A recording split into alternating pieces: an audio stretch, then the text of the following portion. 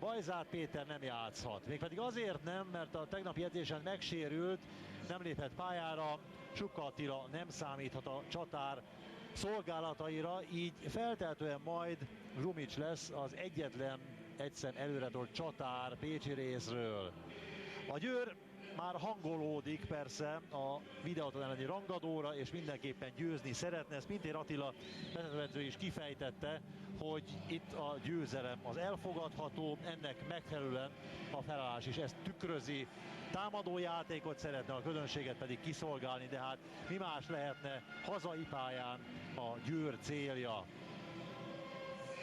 Bodnár László látszik a képen, tapasztalt védő a pécsieknél, és aztán jönnek sorban a többiek, és egy készfogás a játékvezetőkkel, középütt Németh Ádám, aki irányítja majd a mérkőzést, a két asszisztens Viszokai László és Kiss Zoltán, a tartalék játékvezető pedig Kovácsi Zoltán lesz a mérkőzésen.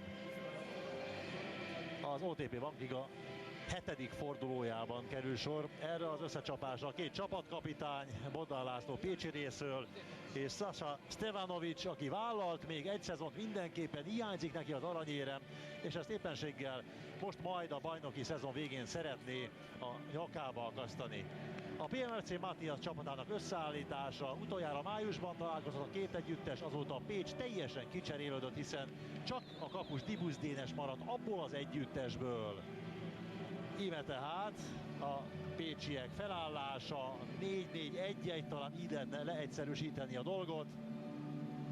Bodnárral, Grumicsal, Ceulinnal és a cserejátékosok.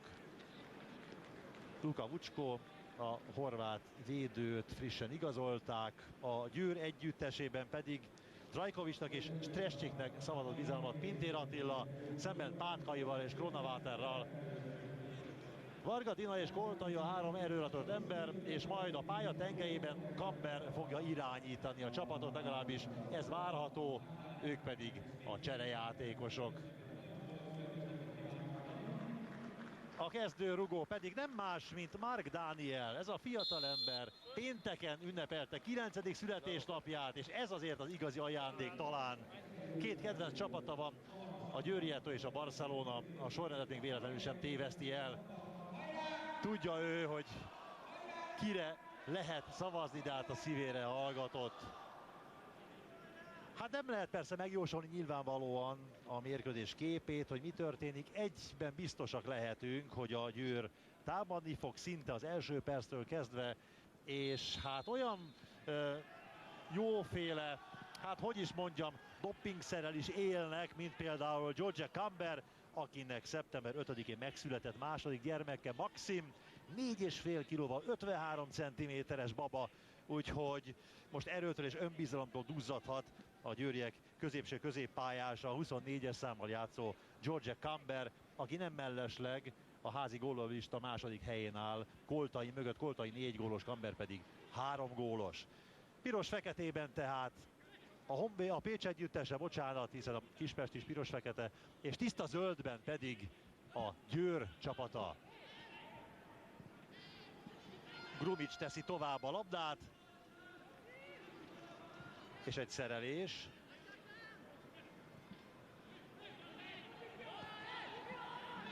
Nincsenek túlságosan sokan az Etró Parkban.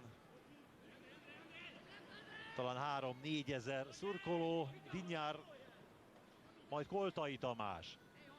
Koltai diósgyőri mesterhármasa azért nagyon sokat jelentett Koltai számára is, és hát hogyha a számokkal játszunk, a mesterhármasokkal, akkor azt is el lehet mondani, hogy ez a 45. mesterhármas az elmúlt fél évszázadban.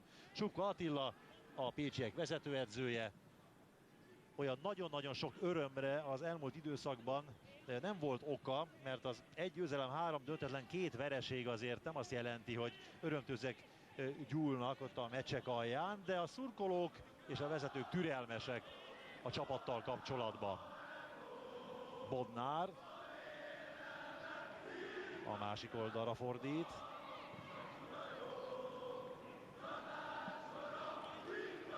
Uzoma felé, a győriek viszonylag könnyen tudnak szerelni. Camber tette visszafelé. Takács Ákos. A Győr eddig 15 gólt szerzett a bajnokságban, és hogyha az Eto megnyerné ezt a hazai mérkőzést, akkor felzárkózhat az MDK mögé. Az MDK 17 ponttal áll a táblázat élén, a Győr pedig eddig 13 pontot gyűjtött. Egy lehetőség a győriek részéről, de aztán végül Trajkovicsot szerelik. Grumics próbálja megszerinteni a labdát, de aztán Takács az, aki szabálytalankodik vele szemben. Tudja Takács, hogy szabálytalan volt. Ez pedig a becsúszás. Egy nagyon szép mozdulat pécsi részről. A Pécs 6 ponttal áll a táblázat 11. helyén, és innen szeretnének felkapaszkodni. És ha lehet már mindjárt most elkezdeni Győröt, bár még egyszer mondom és hangsúlyozom, hogy az Eto ennek a mérkőzésnek a toronymagas esélyese. Dina teszi a jobb oldalra. A mérkőzés első szöglete következik a jobb oldalról. Pintér Attila, a győriek vezetőedzője. Szemben Zsuka Attilával neki kevesebb a gondja. Dibusz pedig a pécsi kapus irányítja a védelmet, ki hová álljon. Dina, a Győr román légiósa.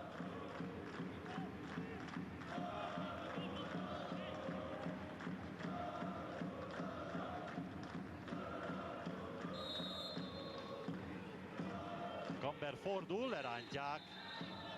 A játékvezető pedig jelzi, úgy látszik azt, hogy kölcsönös szabálytalanság történt, nem büntető, hanem én azt hiszem, úgy gondolja Németh Ádám, hogy itt Gamber is visszafogott, úgyhogy nem volt egyértelmű a védő szabálytalansága ott középen.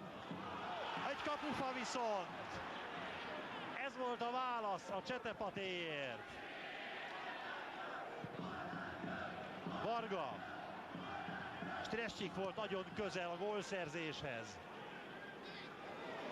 És ez pécsi ellentámadás, ellenakció, 3-1 ellen, de abban a pillanatban, amikor ezt az előnyt kihasználhatták volna, visszaér a pécsi védelem, és szerelni tudnak a játékosok, majd pedig Stevanovics rúgja ki a labdát az oldalvonalon kívülre. Nézzük tehát a szögletrugás utáni eseményeket. Igen, egy csúsztatás, és tulajdonképpen hát egy vagy két lépésről Strescsik befejelhette volna. Nagyon-nagyon nehéz megoldás volt ez, ennyire közelről a felső része fejelni. Óriási helyzet maradt ki a pécsi kapu előtt.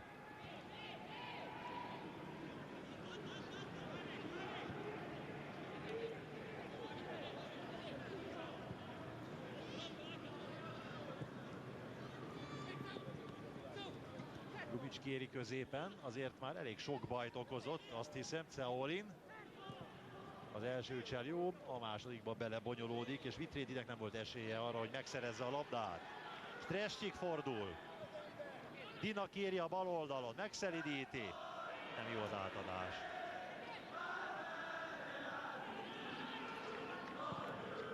Több volt ebben a támadásban, több lehetőség. Horváth Adrián és Vitrédit röpítik egy kicsit.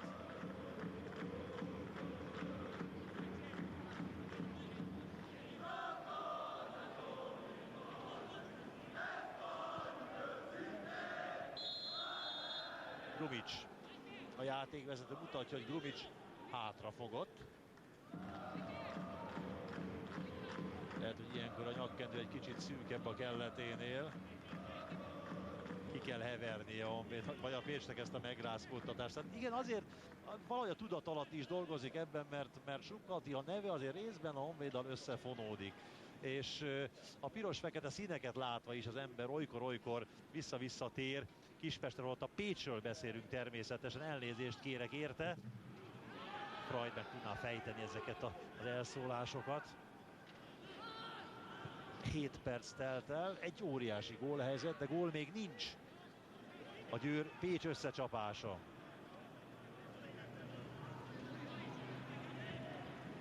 Talán a pécsiek most rendeződnek, és a Győr is próbálja megtalálni a pozíciókat, bár ebből a kezdeti nagy lendületből már gól is születhetett volna. Dinyár elveszíti a labdát.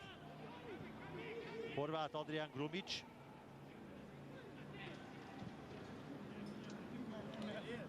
És jön Stevanovic. Lipták átfut, keresztez.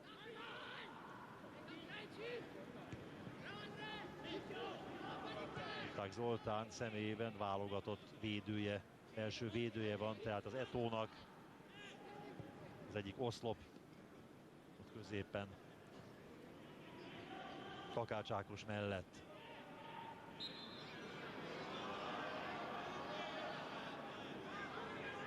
Kis szabálytalanság, de szabálytalanság.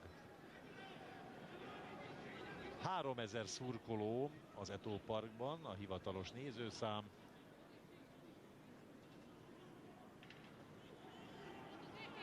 A Kispest nagyon megfontoltan végzi el a pontrúgást. A Pécs, bocsánat, a Pécs megfontoltan játszik, és most indulhat a Győr.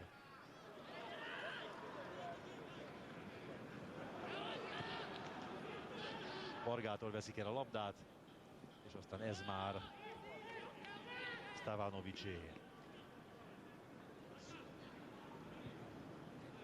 Ezt nem szeretik a védők főleg. Törleszteni is szoktak érte. De remélhetőleg erre nem kerül sor ezen a mérkőzésen.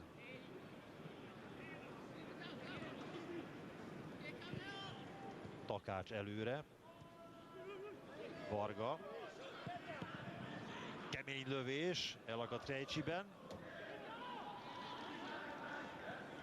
Trajkovics tovább. Kamber szedi össze. Dinyár kapja.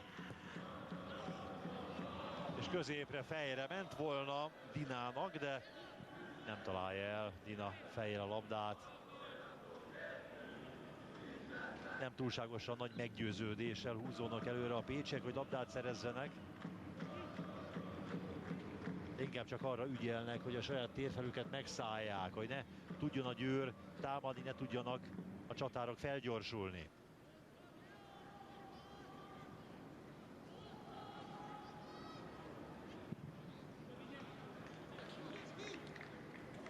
És kirúgással folytatódik a játék.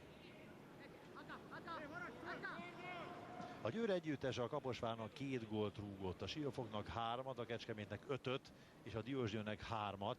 Úgyhogy ez a legutóbbi 4 mérkőzés mérlege, vagy gól összesítése, ez 13 gól, ami nagyon jó teljesítmény, és a támadójátékot dicséri. Pontatlan.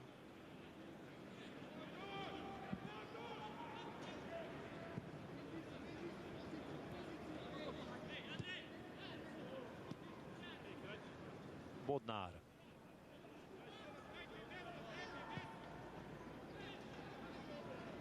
Bodnárról tudjuk azért, hogyha van helye a jobb oldalon, akkor szívesen előre tör, de most ugye védőt játszik, tehát ilyen kalandozásokra majd azért lehet, hogy vállalkozik. Egyelőre efféle kockázatokat nem vállalhat a pécsi együttes, közben pedig Lipták kikíséri a labdát. Stevanovic is játékbe avatkozhat, és valaki úgy látszik, hogy beleért, talán Lipták volt az, akinek a lábához ért a labda, ezért aztán szöglet.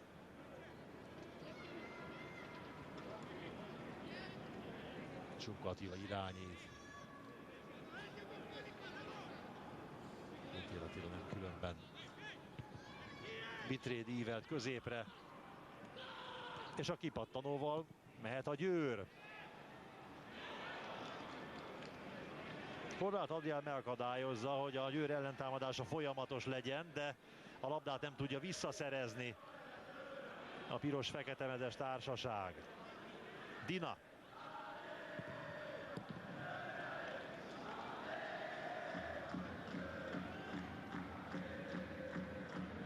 És Kamber fejéről hagyja el a labda a játékteret. Pécsi bedobás következik.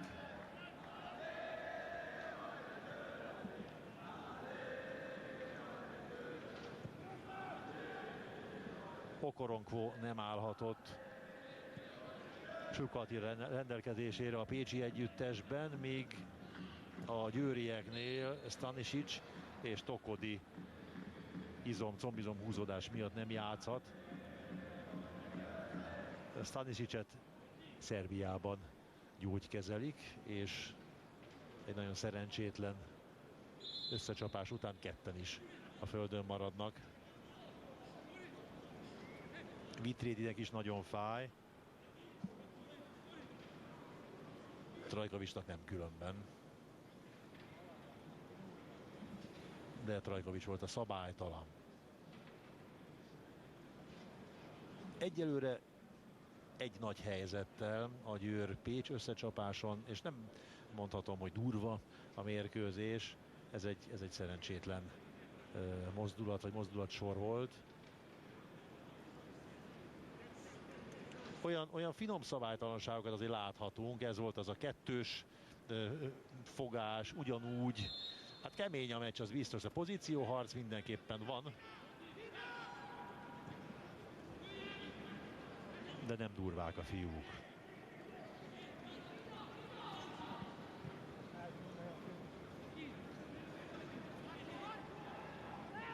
Ceolin ment a labdáért, lövőhelyzet ez már, és elsuhan a labda a kapu előterében.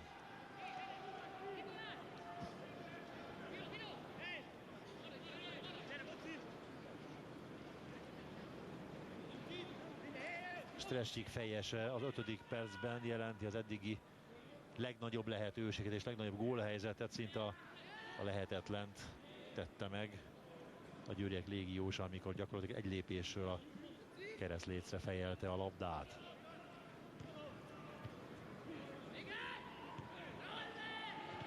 Fejpárbajok, majd egy szabálytalanság.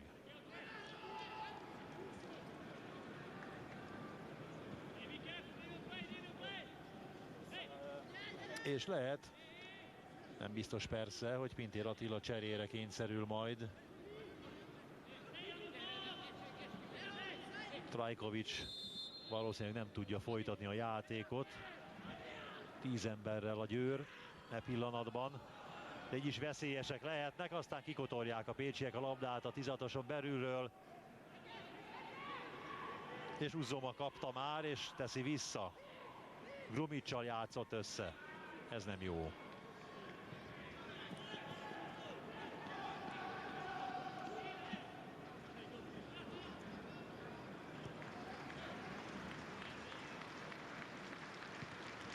És Trajkovics nem folytatja a játékot.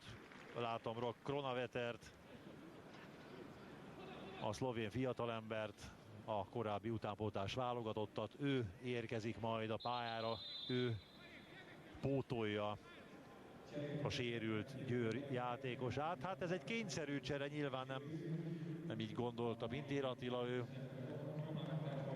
más időszakra tartalékolta volna. Mindenesetre most már íme itt történt az az eset, amiből végül is Trajkovics jött ki rosszabbul, holott ő talpalt rá Vitrédire.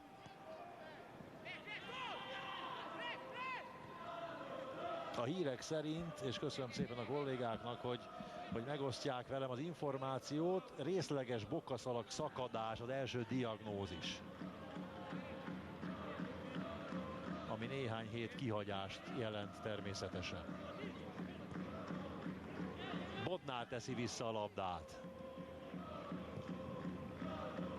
A győriek próbálják a pécsieket kiszorítani a saját térfelükről, egyelőre hát nem túl nagy sikerrel. Panyikvár most viszi ki.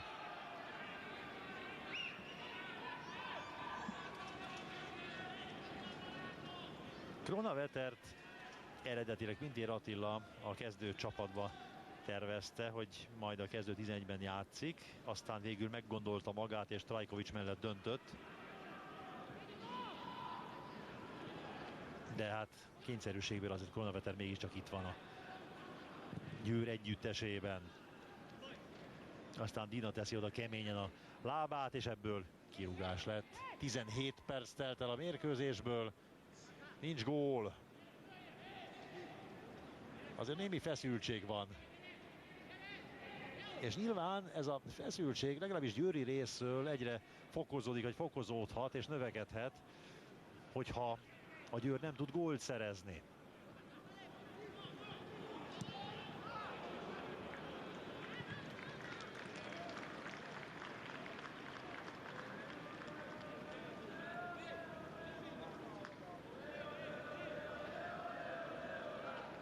Ismét kirúgás, pécsi kirúgás, Ranaveter pedig előre tort támadó középpályást játszik.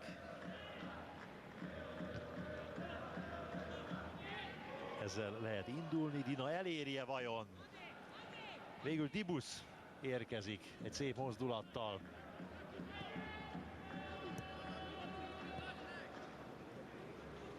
Itt sprintel Dina.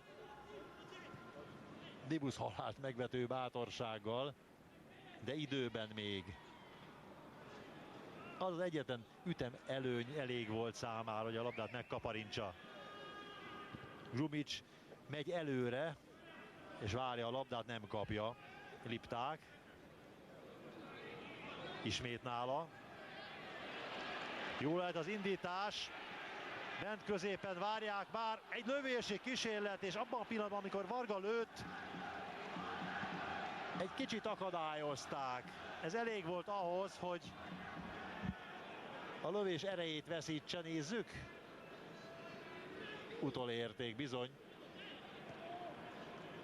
És lehet, hogy nem is az ő lábát, de azért az ő lábát hagyta el a labda, tehát ő lőtt, csak éppenséggel nem tudott rádőlni, nem tudott erőt adni a labdába, vagy a labdának.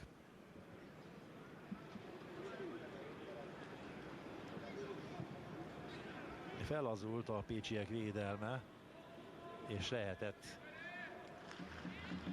egy támadást vezetni, egy győri akciót vezetni, ami góllal kecsegtetett.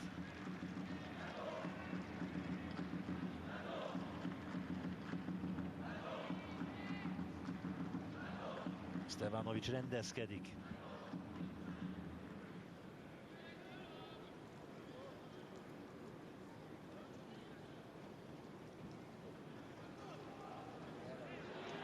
Panikvár.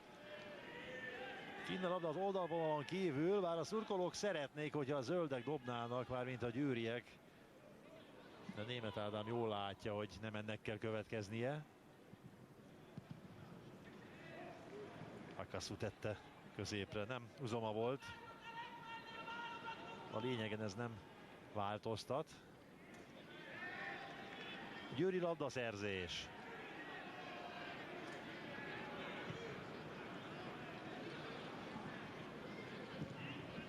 És ugyanez viszont a másik oldalon. Indulatnak a pécsiek. Most felzárkózik az akcióhoz Bodnár, de nem ő kapja, hanem Horváth Adrián. Zsumicsnál. Szabályos szerelés. Aztán Akasu szerzi vissza. Horváth, Akasu, Bodnár, Uzoma.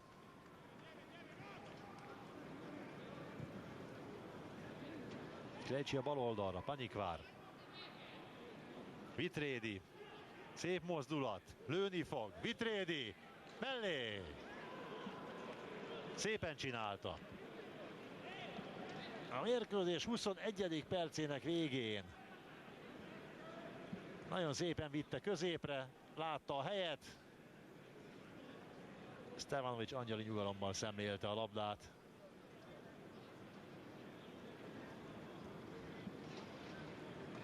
Egy pécsi lehetőség.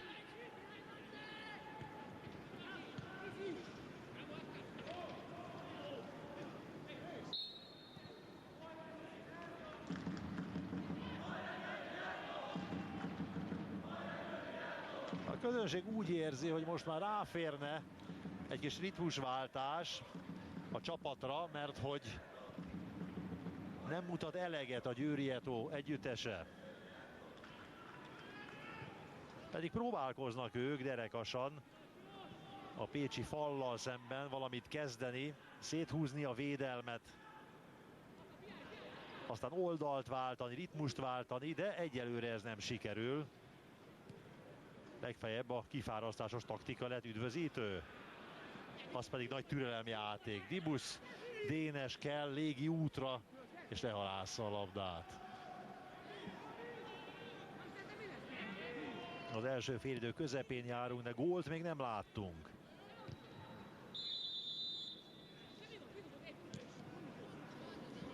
Egy szabálytalanságot viszont igen. Grumic erőszakos csatár, minden eszközt megragad, hogy megtartsa a labdát és előrébb jusson.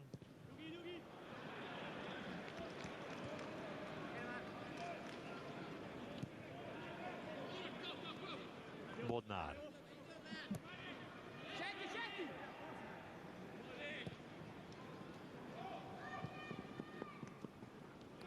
Egy szerelés, és újabb pontatlan előreadás.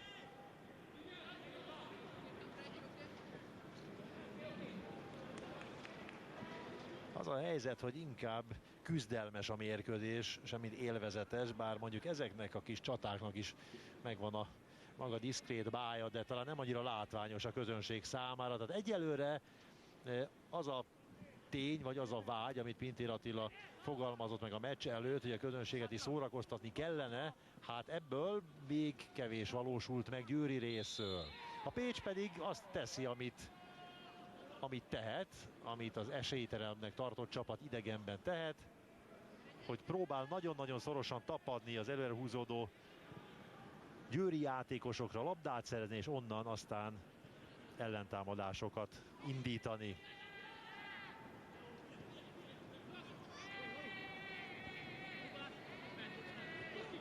Kronaveter ezúttal most hátul helyezkedett.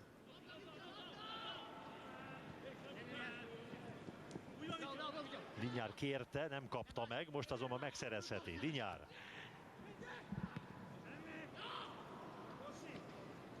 A középre ívelés jó volt, hiszen embert talált, de elveszítette az egyensúlyát Dina, igaz nem jó szántából a 16-os vonalánál.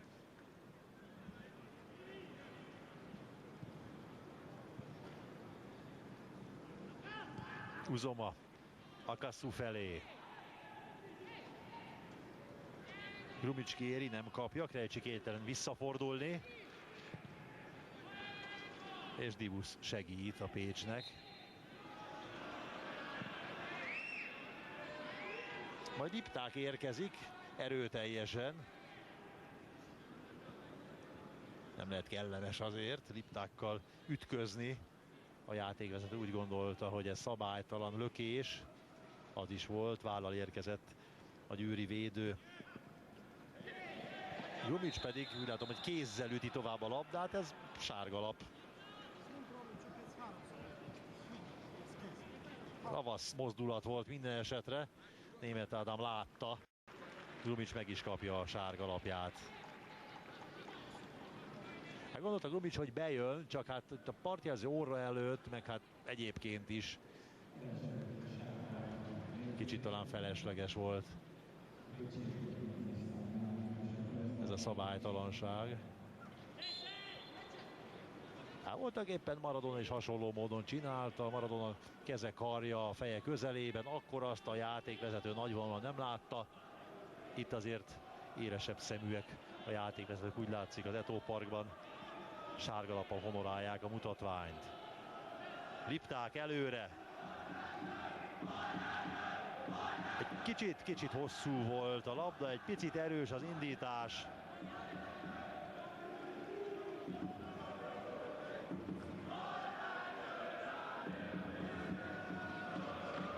A 27. perc.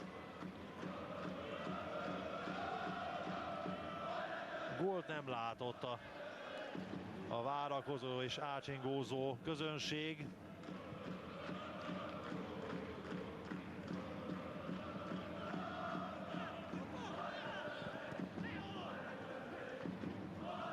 Takács Ákos megy a labdáért, el is éri. Ceolom próbált ott zavarogni egy kicsit.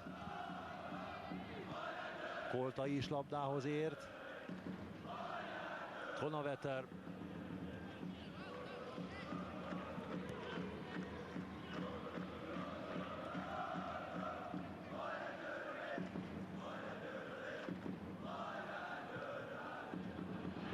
Kamber előre, Dina.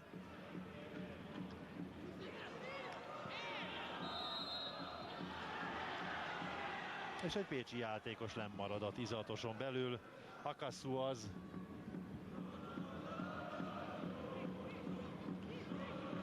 Szabadrugás kifelé.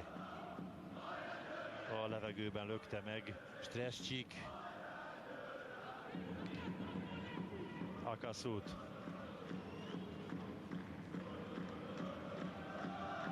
Egyelőre a Győr keresi a Pécs sebezhető pontjait, csak nem találja, mert nem elég pontosak az átadások, és főleg az előreívelések, és talán egy kicsit fel kéne gyorsítani a játékot. A Pécsnek pedig tökéletesen megfelel a játékképe, gondolom én.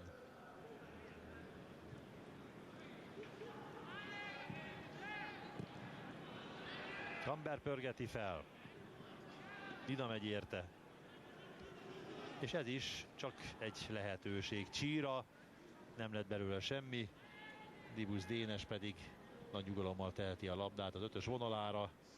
Sukka Attila nem látszik túlságosan elégedetnek.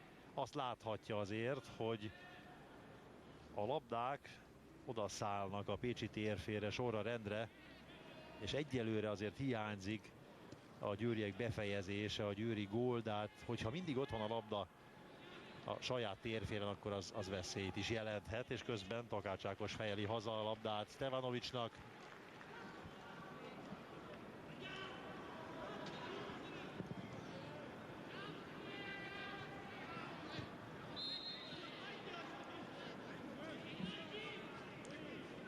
Győri szabadrugással folytatódik a mérkőzés.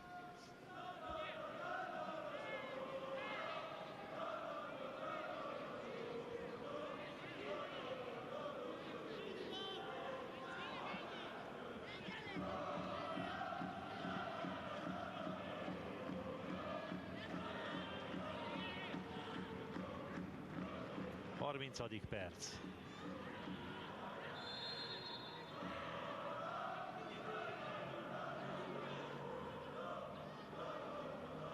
Dina elől fejelik ki, aztán a hátra húzódó Grumics is megtoldja még egy kicsit. Szabadrugás után pedig bedobás.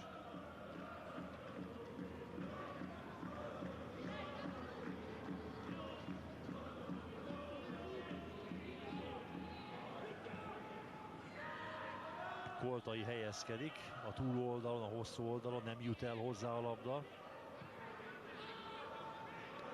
Svec. És közben megint egy szabálytalanság a pécsi térfél közepén.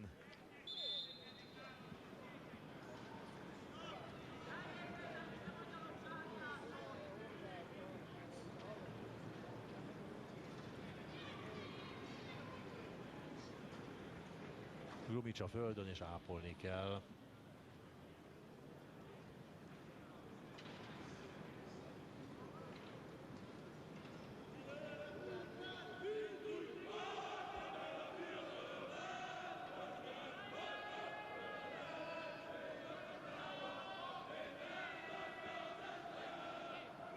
A Pécsnek én azt hiszem, hogy ezek a játék megszakítások jól jönnek, mert azokban a pillanatokban történnek, amikor a Győr már úgy érezheti, hogy lendületben van, hogy már sikerül felépíteni egy játékot, egy-egy támadást, és egy-egy ilyen eset, vagy egy-egy ilyen esemény megállítja a zöldeket a támadás építésben.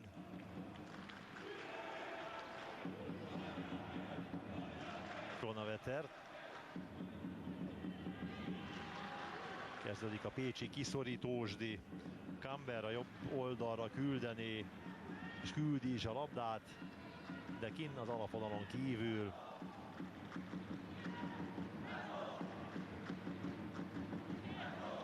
Hosszú ideje, nagy helyzet nélkül a mérkőzésen.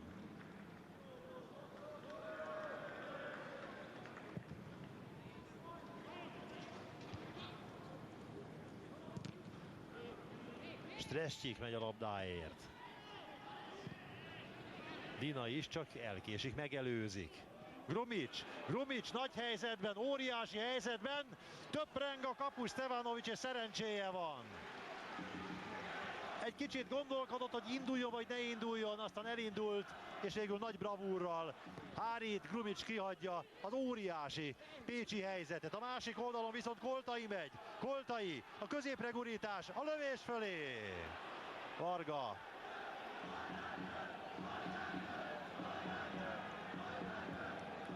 Hát most 1 perc alatt végre történt 2 olyan mozzanat, amire azt mondjuk, hogy erőteljesen a labdarúgásra emlékeztet. Itt van Grumic, remekül teszi maga elé, talán egy hangyányit hosszan szökteti magát, Stevanovic pedig végül kiér, odaér.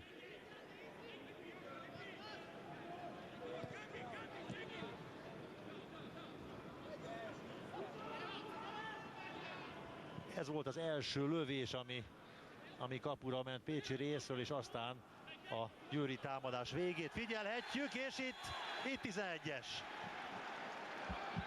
Igen, Németh Ádám határozottan mutatja, büntető következik az Eto csapatának javára. Andrej Causics kapja meg a sárgalapot, és a 34. percben a győriek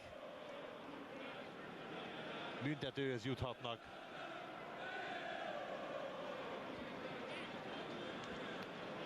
Stresstyik kiharcolt egy büntetőt. Koltai a labda mögött. Koltai magabiztosan. A Győri Eto a 34. percben megszerzi a vezetést a Pécs ellen 11-esből. A gól érett, de azért a nagyon nagy helyzetek hiányoztak a Győr játékából. Mi több, Zitzert hibázott a Pécs Grumic révén, és a 11-es Koltai kegyetlenül bevarja. Ezzel vezet a Győr.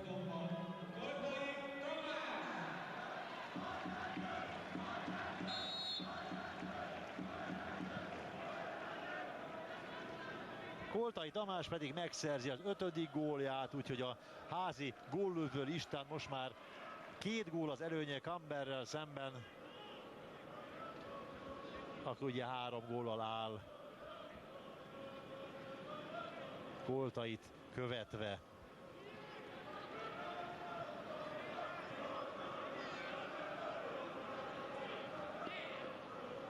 Hát így már nyilván más lesz, vagy más lehet a játék, képen nem lehet a pécsi betonvédelmet erőltetni. Talán valamelyest a Pécsnek ki kell nyílnia, hogyha el akarja kerülni a vereséget, vagy a nagyobb gól különbségű vereséget, és most már az történik, vagy történhet a pályán, amit talán a Győri Eto akar, tehát hogy végre legyen hely a középpályások mögött, a védők között, tehát lehessen szabadabban támadást vezetni és építeni. Koltai ismét a 16-os vonalánál. Stresstyik. Jó a csel, még tovább. Nem passzol. A lelkét eladná egy cselért. Ki is jelezte magát gólhelyzetből. Grumic csap össze Takáccsal.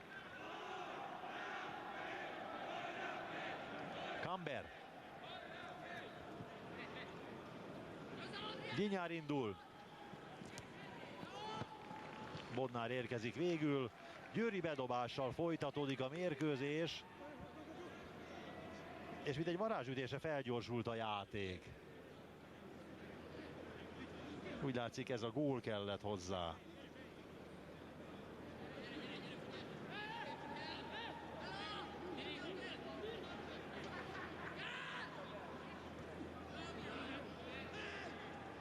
Kirúgás.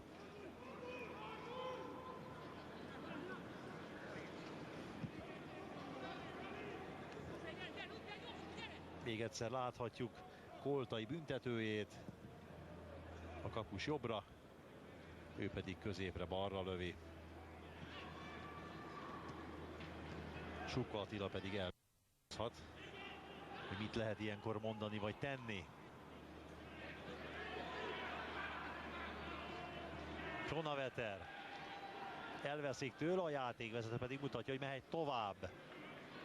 Uzoma pedig kiengedi, illetve hát nem volt pontos az átadás. Akasué.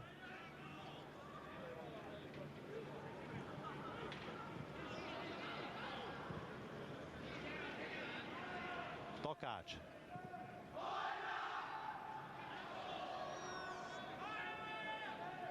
Varga Roland kezelte volna le. Egy kicsit szemrehányóan néz a partjelzőre, hogy hát megnyomtak hátulról. Ez talán szabálytalan. De a Pécs jöhet. Grubic. Kicsit találomra. Szeolin elé pedig kivetődik Stevanovic.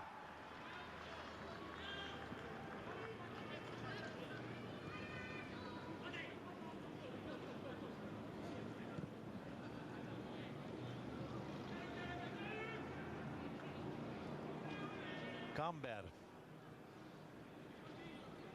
összegyűjti ott középen a labdákat, és onnan próbál indítani. Hát most nem tudott egy hosszú indítást bemutatni, mert mindenkit őriznek a piros mezesek. Kronaveter, Dinyár, ez veszélyes lehet. Valaki beleér, bizony beleér! Talán Dina érkezett, és mutatja a partjelző, hogy nem. Hogy nem gól. Dina jött, de Les helyzet előzte meg ezt a bizonyos, hát most már azt mondom, hogy érvénytelen gólt. Nézzük meg, hogy Dina valóban lesen állt-e. Igen, így van. Így van, jogos. Szép mozdulat egyébként, eszmény ilyen szép, de valóban les volt.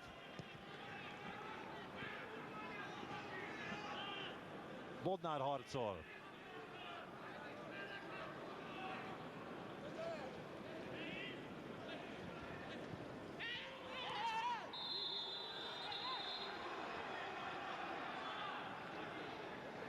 Horváth Adriánt vágják föl, és ez sárga lapot ér.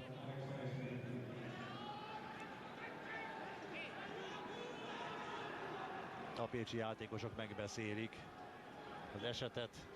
Marek Strescsik, hát aki főszereplője ennek a mérkőzésnek, kulcs szereplője minden esetre. Ez kemény volt azért, hátulról talpal előre. Szerencséje volt a pécsi játékosnak, hogy nem találta a Strescsik komolyabban. Most sárga lapot kapott, aztán ugye nem röviddel ezelőtt őt vágták fel a 16-oson belül, és emlékszünk még az 5. perc produkciójára, amikor közvetlen közelről a Léce fejelte a labdát, úgyhogy egy kicsit Strescsikről is szól ez a mérkőzés, legalábbis eddig. Koltai büntetőjével, 11-esével vezet a Győr, 5 perc még az első félidőből.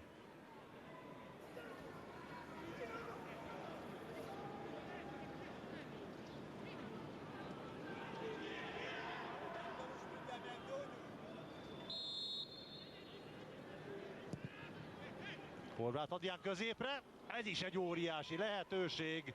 Szerencséje volt most a Győrnek. Nem tudták a pécsiek kihalászni a sűrűből a labdát. Jó a hosszú indítás. És mutatja a játékvezető, Németh Ádám, hogy mehet tovább, nem minden papsajt. És nyilván egy dehonestáló megjegyzés a játékvezetőre. Kronaveter valamit mondott. Sárga lapot kapott érte. Nem volt értelme egyébként ennek a dolognak. Persze nyilván az ember első indulatában azért mindenféléket beszél, de ezért nem jár 11-es.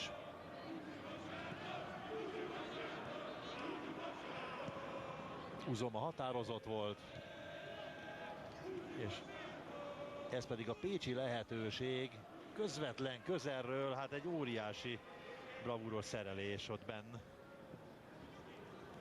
a győri ötösön belül. Lipták visszafelé, és ez nem jó, már Vitrédi tekerte középre a labdát, de közben már a pécsi játékosok másfelé keresték a lehetőséget. Jól lehet, csak egyetlen büntetőgól esett az első félidőben eddig legalábbis, azért a győri fölény teljesen egyértelmű. Bár az is igaz, hogy a pécsiek is szerezhettek volna gólt.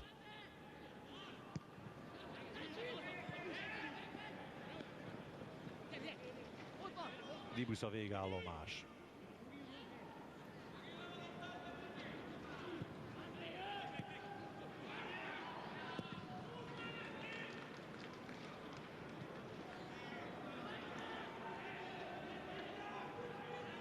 Grumicsnál. Ő de mérges. Sérelem esett vele. Ez szabálytalan, Vitrédi a földön.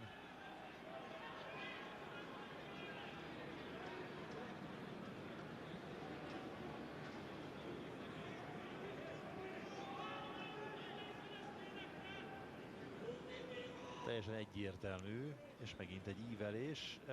Ebből lehet keresni valamit a Pécsnek. Egy perc még az első félidőből, és várhatóan 2 percet hosszabbít Németh Ádám játékvezető. Pintér Attila hangja egészen a magasságokig elhallatszik. Lentről a vonal mellől a szurkolókat is túl kiabálja a győriek vezetőedzője. Nem pontos az előreadás, Akasu pedig jól lép ki. De már a győriek fordulhatnak. Dina, szép csel. Csak annyira egyértelmű volt, hogy Dina mit akar, hogy közbe tudtak lépni. Akasu volt az, megint nála a labda.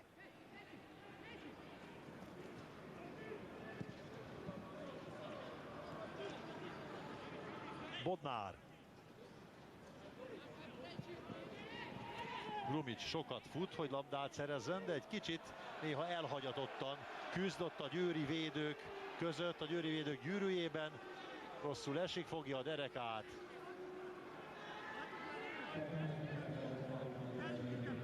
Lipták jött, nem történt szabálytalanság. Egy ütközés. És talán egy rossz földre érkezés, de most már úgy látom, hogy Grumicsnak nincsen semmi baja.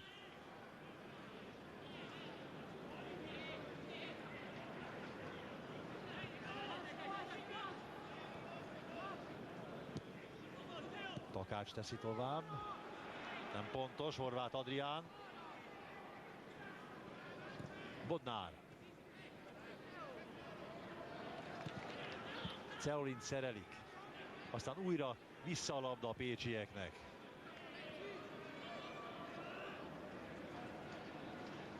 Horváth.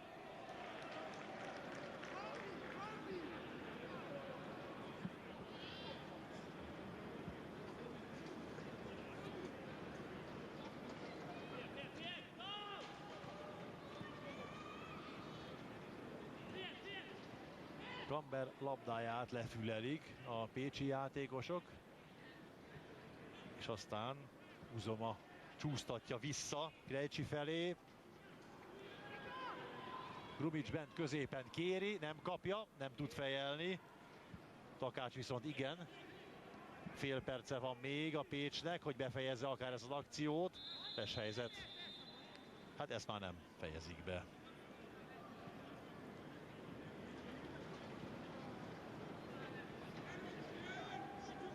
Ceolint ragadt lesen. Ezt is jól látta a partjelző, Viszokai László és Kis Zoltán jól működik. És ebben a pillanatban vége az első játékrésznek. Minimális győri előny Koltai Tamás 11-es góljával, ami a 34. percben született, vezet tehát a Győri Eto a Pécs ellen. Nagyon-nagyon sokáig tartott, amíg a Győr kicsit körbejárta a Pécset, mire feltörte a védelmet. Hát abszolút türelemjátékról lehetett itt szó, és remélhetőleg Mohai Bence kollégám már egy beszélgetőtársat is találtott lenne a pálya a szélén, az oldalvonal mentén. Bence, tiéd a szó. Így van, a gólszerző van itt, hát irányítja a játékot a Győr, és még a gól is megvan a végén. Elégedettek lehettek az első félidő után? Hát az eredmény elégedettek lehetünk, mert mi vezetünk 1-0-ra, de a helyzetre oda kell, hogy figyeljünk a másfél időbe. Volt több helyzetünk, azokat be kell rúgni, hogy megnyugtató legyen az előny. Elég ez a játék, amit most nyújtott a Győr az első félidőben ahhoz, hogy legyőzzétek a Pécset? Nem, figyelünk, és el kell tenni még egy lapát a másik fél időbe. Mi az, amit esetleg változtatnotok kell, amivel még jobban kell játszanatok szerintem? Hát mindenképpen a helyzetkihasználás, amit már említettem. Abban kell javulnunk. Köszönöm szépen, sok sikert a második félidőhöz, a stúdiója most a szó.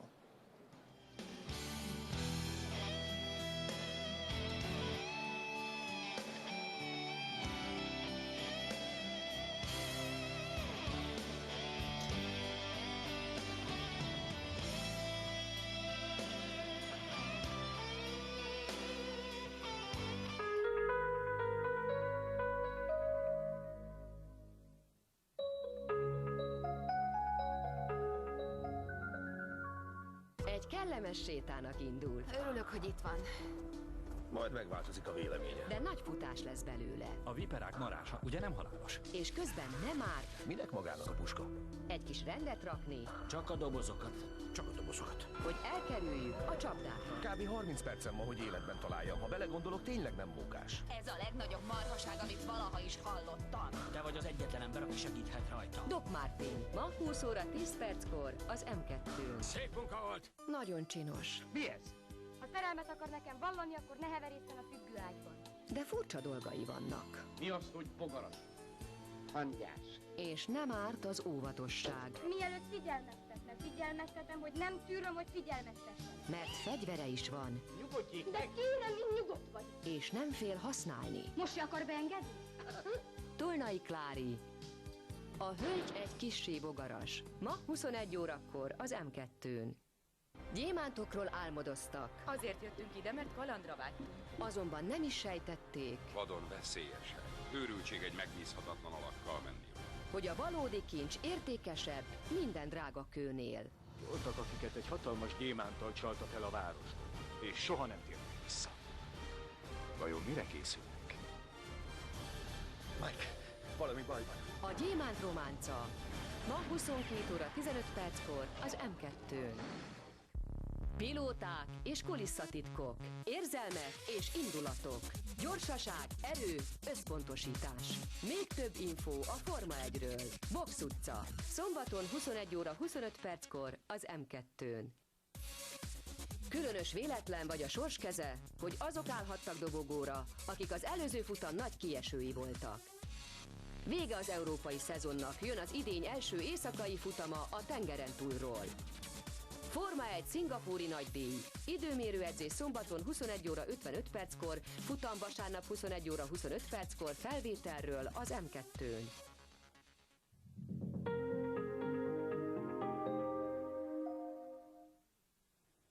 Egy 0-ra vezet a Győr tehát a Pécs ellen, és hogy hallhattuk, Koltai Tamás nem volt teljesen elégedett a játékkal, amit a hazaiak nyújtottak az első 45 percben. Neked hogy tetszett?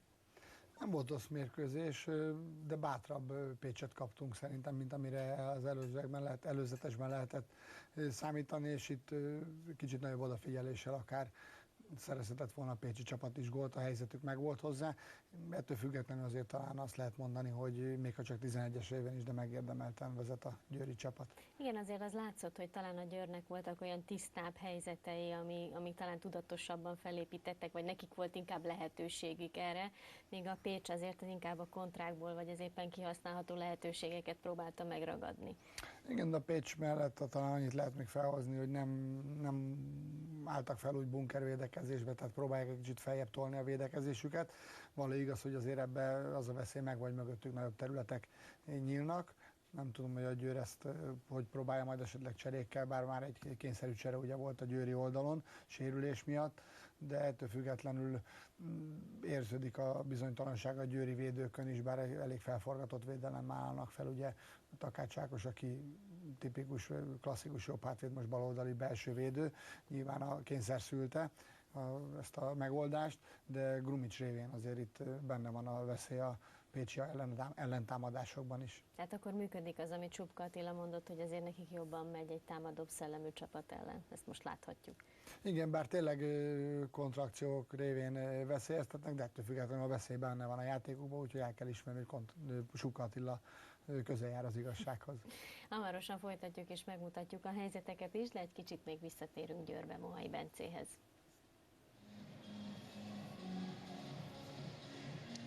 A Győri Eto 6 mérkőzés alatt 13 pontot szerzett, és azt hiszem, hogy amikor egy klubvezetés elindítja a szezont, akkor valami ilyesmi rajtról álmodozik, és hát most is érik a következő 3 pont. Klement Tibor, a Győri Eto ügyvezető igazgatója állít velem szemben. Hát gondolom, hogy ilyesmiről álmodoztak, amikor elkezdődött a szezon. Részben mindenképpen, a debreceni mérkőzés leszámítva. Azt gondolom, hogy ott még egy kis akadozott az a gépezet, ami aztán később beindult. Elég annyit említeni, hogy az a védelem egyszer és megismételhetetlenül állt föl. Abból 4 gólt kaptunk, de nagyon sok helyzetet dolgoztunk ki, ezért maradt inkább csak bennem hiányérzet azzal a mérkőzéssel kapcsolatban. Ami pedig az azóta eltelt időszakot illeti, a csapat elé a nemzetközi kupaszereplés elérését tűztük ki. Azt gondolom, hogy jó irányba mennek a dolgok, elég sok gólt szereztünk hazai pályán, és igyekszünk kiszolgálni a szurkolóinkat. Éppen ez a szervezettség, amiről az elején beszélt volt, ez most igazán érzékelhető a Pécs ellen. Ön is így látta, hogy ha ezen a szinten folytatódik tovább az építkezés, akkor valóban reális cél az odaérni a európai kupa szerepléshez? Azt gondolom mindenképpen.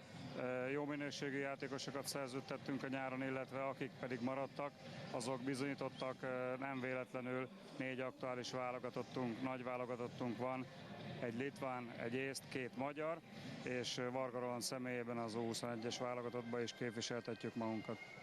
Ugye nyilván nagyon fájó pont, most kezdődik éppen az Európa Liga csoportköre ezen a héten, és a Győri Eto hát csak egy baki miatt nem lehet ott végül is. A következő szezonban viszont már van motiváció, hiszen letelt az eltiltás, amit a Győri Eto kapott büntetésként.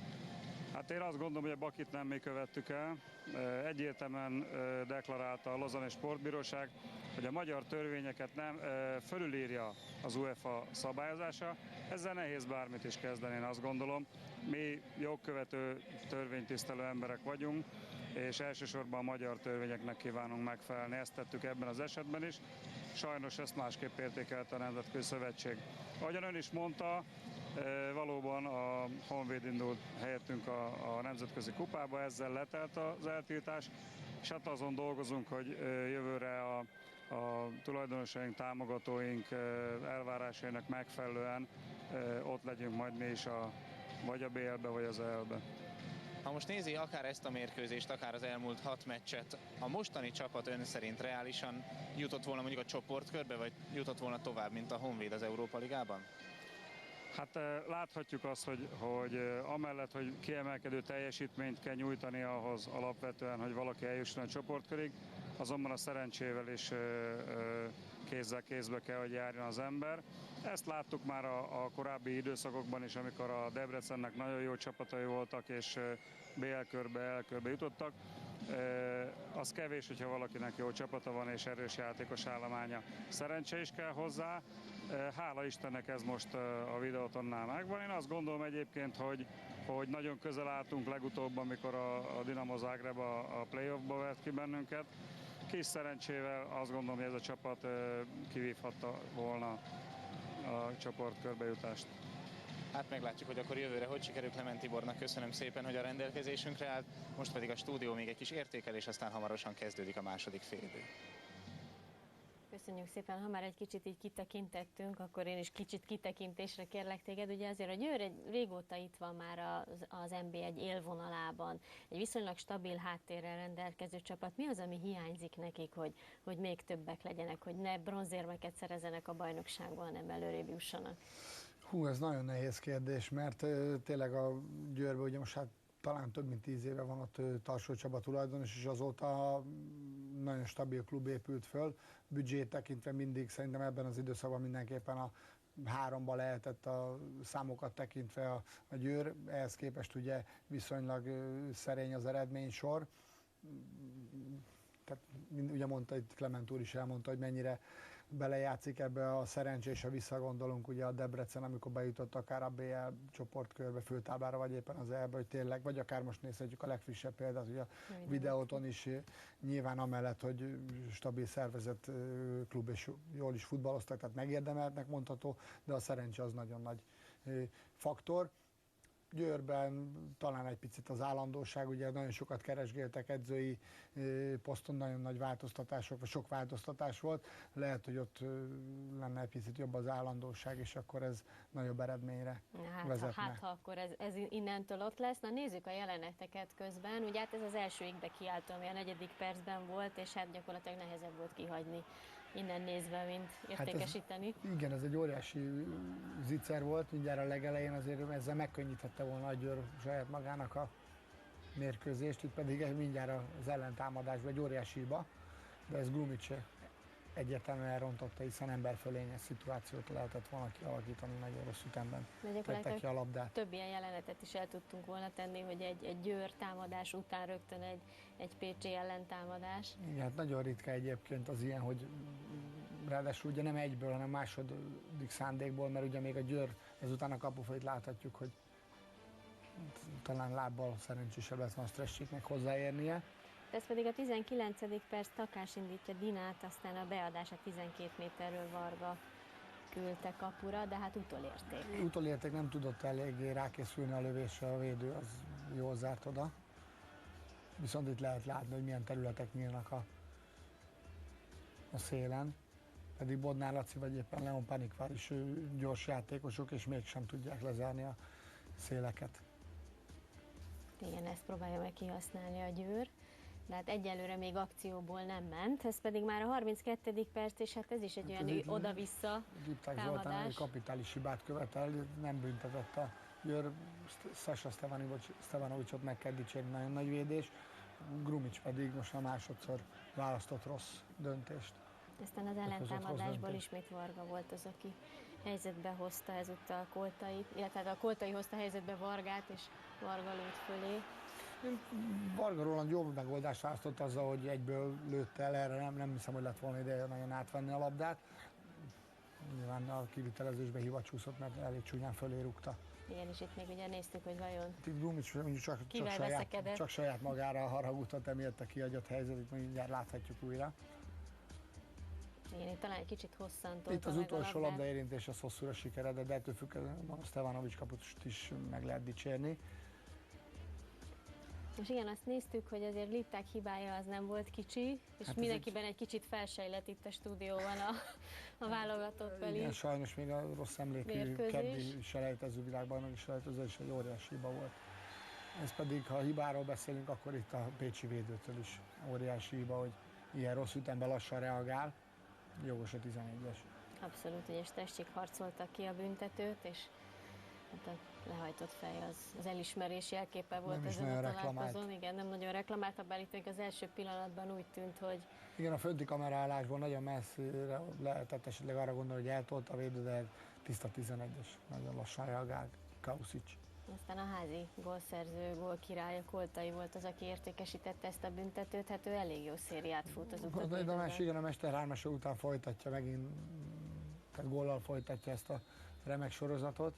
Ugye válogatott, meghívott is kiérdemelte, és magabiztosan Győr sok 11-est hagyott ki az első fordulókba, ez most magabiztos végrehajtás volt. Hát, hogy mi változik a második 45 percre, az hamarosan kiderül, mert hogy mindjárt folytatódik a találkozó.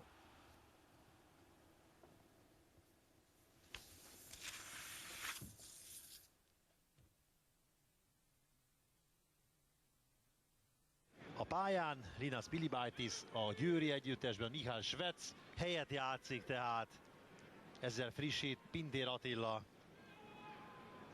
És akkor ezzel a bizonyos büntető góllal, mármint Koltai góllal vezet a Győri Eto a PMFC Matthias ellen, és indul a második játékrész. A pécsiek nem cseréltek.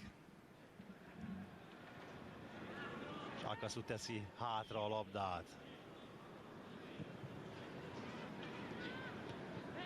Pilibaitis pedig a védelem jobb oldalán helyezkedik, és nyilván gyakran fog találkozni majd Uzomával.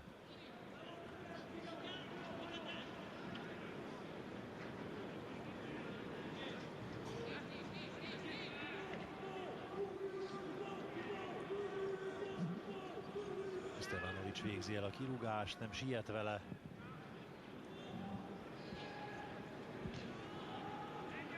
És hát itt lehet látni talán, hogy Supka Attilának bizony hiányzik a tegnap megsérült Bajzát Péter, aki, hogyha így Győrött pályára lép, vagy pályára lépett volna, de ez persze már csak spekuláció és feltételes mód, akkor lehet, hogy kettőzött erővel akarta volna megmutatni, hogy mit tud, vagy mire képes, és azért a Grumic Bajzát előretölt kettős esetleg sokkal több vizet tudna zavarni, de mondom, ez csak feltételes mód, nem így van, Bajzát nélkül kénytelen játszani a Pécs. Dibusz próbál indítani, Vitrédi, rész siker. Kronaveter tenni előre a labdát, nem túlságosan nagy sikerrel.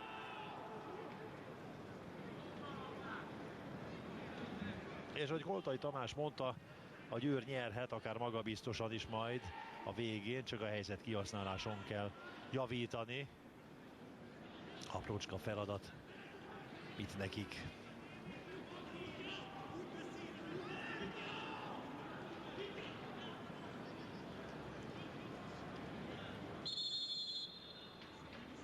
Stevanovic nem végzi el a kirúgást. Azért nem, mert valami történt ott középütt.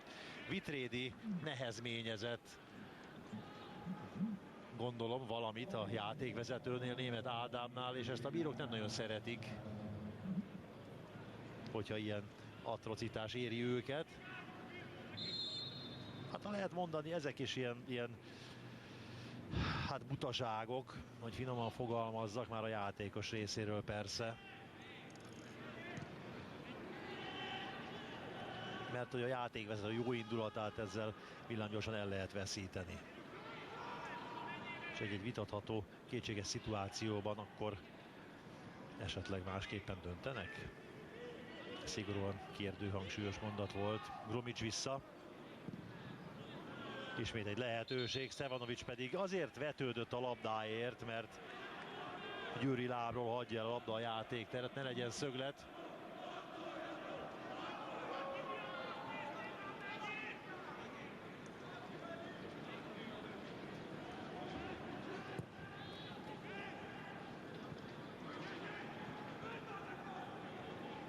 Horváth Adrián ment volna a labda után, aztán Koltai biztos, ami biztos, kitessékeli az oldalvonalon kívülre.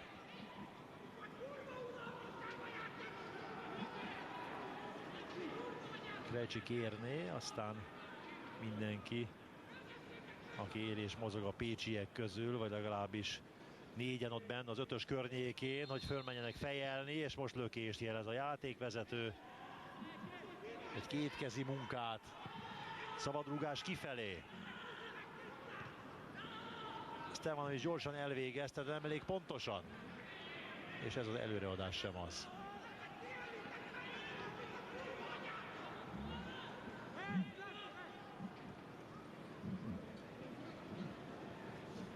Annál éppen csendes hízelgés hangjait és mondatfoszlányait hallhatjuk az Eto Parkban. Ha önök nem hallották, szerencséjük van. Dibusz kirúgása.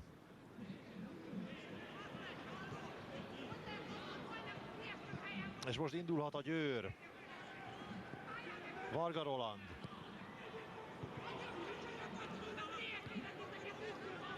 Panyik vár kifelé. és már kinn a labda az alapvonalon kívül, az oldalvonalon kívül bedobás következik. Pilibaitis hagyja, hogy Kamber végezze el.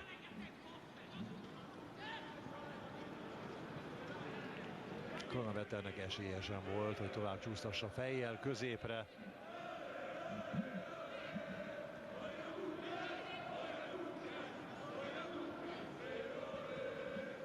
Nibusz mindenkinek mutatja, hogy előre, egy kicsit előrébb a harcálláspontot.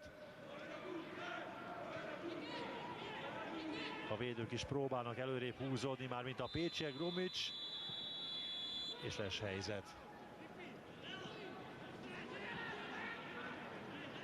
Egy kis szemkontaktus, metakommunikáció Grumic és a partjelző között. Németh Ádám az asszisztensének hisz, és hihet is. Hibátlan teljesítmény a vonal mellett. Akasu. Uzoma. És nem tud passzolni. Keményen, határozottan megállítják.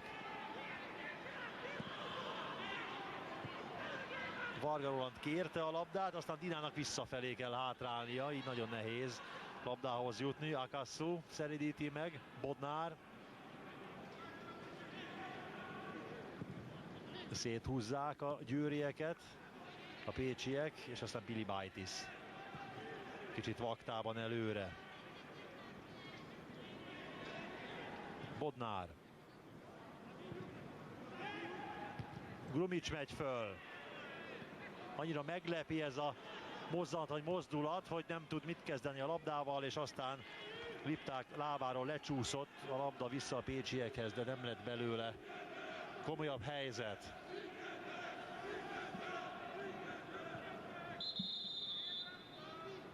Stojmirovic, Alexander Stojmirovic, aki nagyon szokatlan módon az 1-es számot viseli, nem kapusról van szó, hanem mezőnyjátékosról.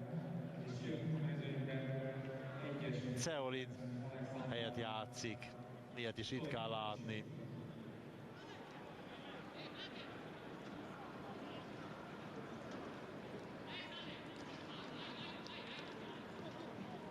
Stojmirovic tehát a pályán, Bodnár pedig rendezkedik, a csapatkapitány a pécsieket próbálja most kicsit átszervezni, hogy Stojmirovic menjen a bal oldalra, a középpálya bal oldalára.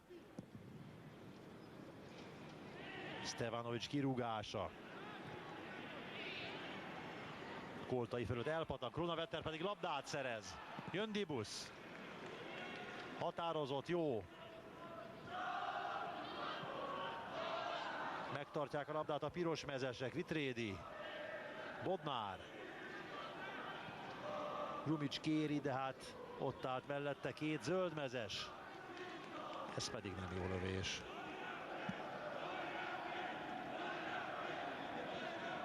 Horváth Adrián tört előre. Úgy érezte, hogy lőni kell. Ez egy jó váltás, Bodnár kezdeményezte. De Stevanovicnak nem kellett közbeavatkoznia. 8,5 perc telt el a második félidőből.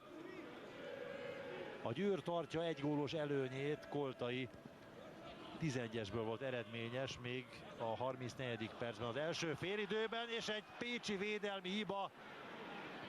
Bodnár láb alatt elcsúszik a labda. Senki nem számított rá.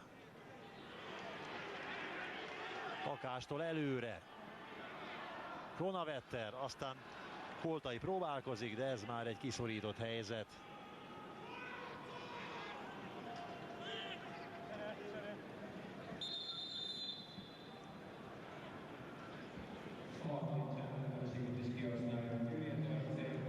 És a Győr a harmadik cserélhetőségét is kihasználja most. Pátkai Máté érkezik a pályára.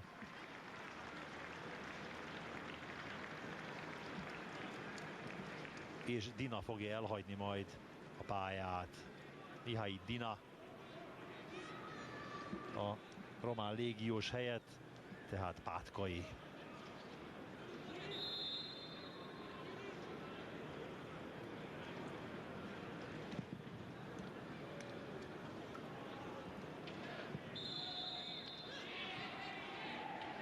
Így tehát hátra van még, ugye nagyjából 35 perc, Pintér Attilának pedig már nincs lehetősége arra, hogy cseréljen. Supka Attila még élhet ezzel a lehetőséggel. Krejci. Panyikvár kapja. A vonal mellett most nincs hely. Strescsik lábáról hagyja el a labda a játékteret.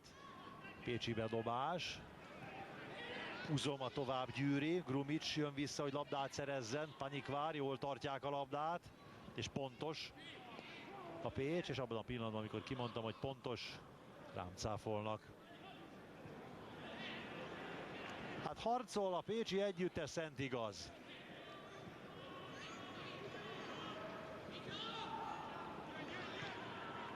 A friss ember Pátkai szerzett labdát. Stevanovics a végállomás.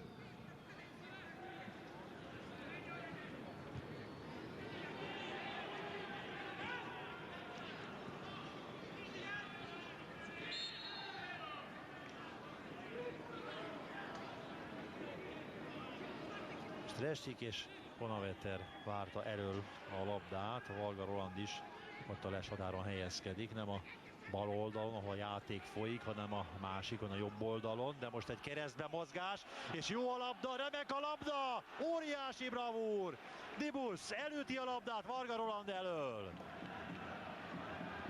Látszott, hogy ebből lesz valami, és az is látszott, hogy erre a Győr nagyon készült, és majdnem be is vált a dolog. Varga Roland még egyszer. Ezúttal középre ad, és kifejelik a labdát Koltai elől.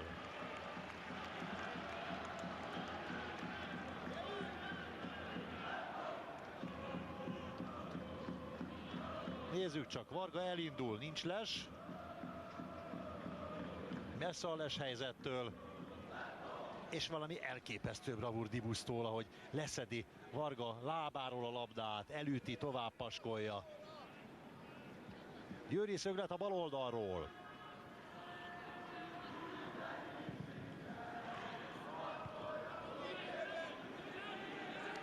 Egy fejelési kísérlet, a közönség úgy érzi, hogy pécsi védőről hagyja el a labda a játékteret. Strescsik fejesen nyomán, Pintér Attila is úgy érezte.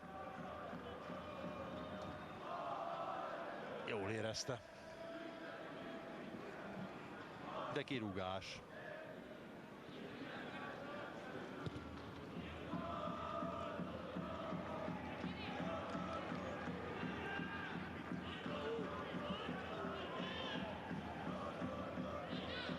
Nagy győri helyzet maradt ki tehát. És ez nem a labda volt, hanem a baba, mármint Pilibaitis. Szabálytalanság. Stojmirovic.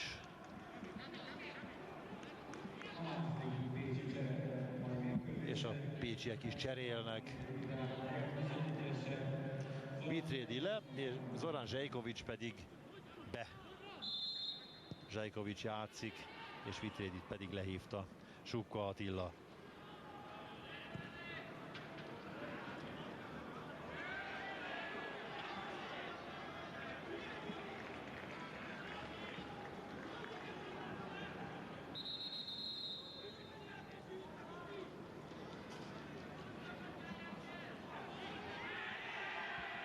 Némi kis toporgás, aztán nagy ravaszul egy pár méterrel előrébről elvégzett bedobás. De amíg engedik, addig lehet Pátkai.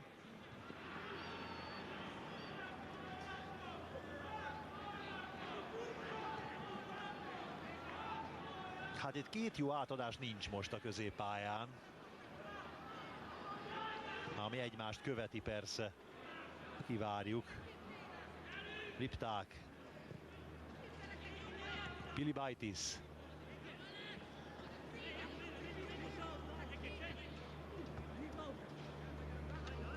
Egyetlen árva gól még mindig.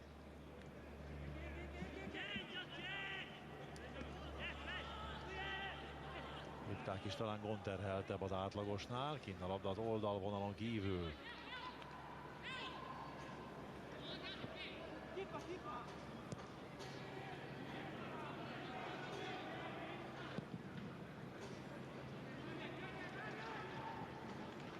Nem könnyű helyzeteket kialakítani a pécsi kapu előtt győri szemszögből, még úgy sem, hogy a Pécs próbálja előrébb tolni teljes csapatát. Védelmestül, középpályás sorostól, mindenestül, hogy távolabb tartsa a győrieket, és próbál már a középpályán labdát szerezni, halászni, és abból indulni. Grumic nem kapott még jó indítást a második félidőben, egy lövési kísérlet. Ez nem jó. Koltai.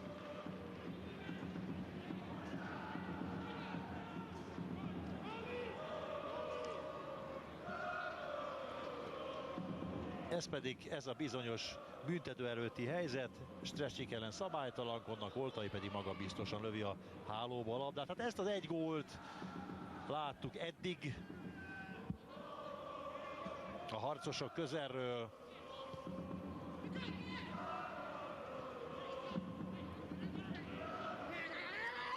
Panikvár.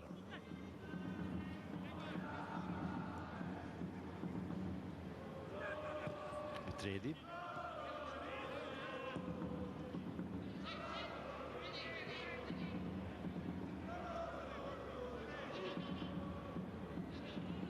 És kénytelen visszafelé játszani a Pécs együttese.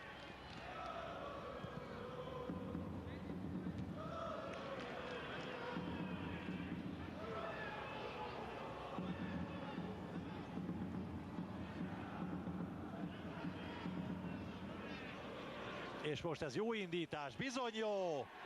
És mit fúj a játékvezető? Mindenesetre Stojmirovic lendült előre, és a játékvezető azt mondja, hogy ez egy külön műsor volt.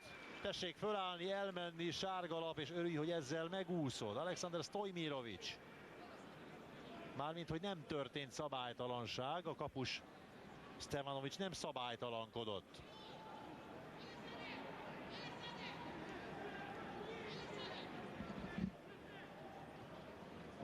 És tényleg nem szabálytalankodott valóban.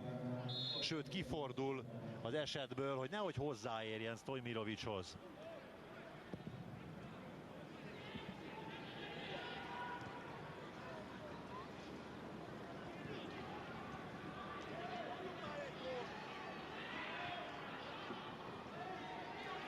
Stressik tette tovább.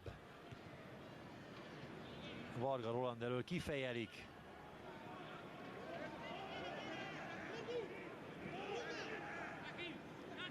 Stojmirovic. Pilibaitis. Kicsit talán indulatból.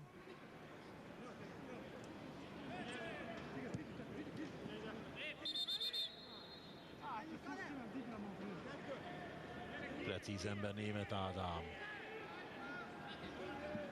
Ez Pilibaitis szerelése, szabálytalansága.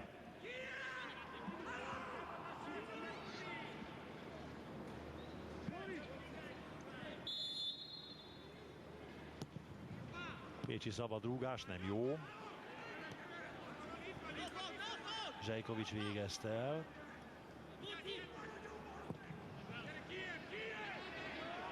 Az igazság az, hogy a Győr nem tud egyértelmű mezőnyfölényt kiharcolni, most ezekben a percekben pedig a Pécs próbál akciókat vezetni, támadni. Stojmirovic. Veszélyes, és Stevanovic angyali nyugalommal szemlélte, hogy ott az ötösön átzúg a labda, de nincs beugró vagy érkező pécsi játékos, így a kapusnak gondja sincsen.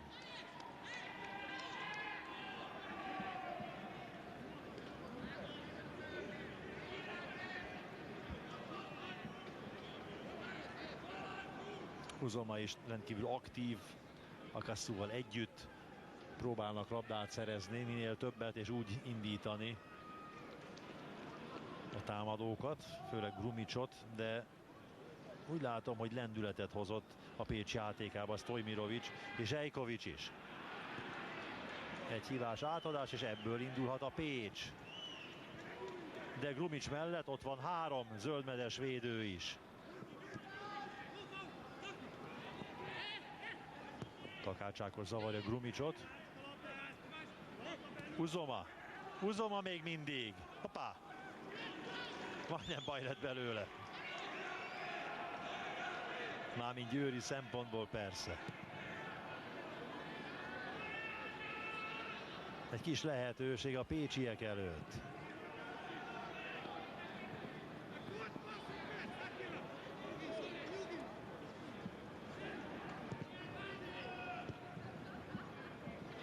Pintér Attila is játszik.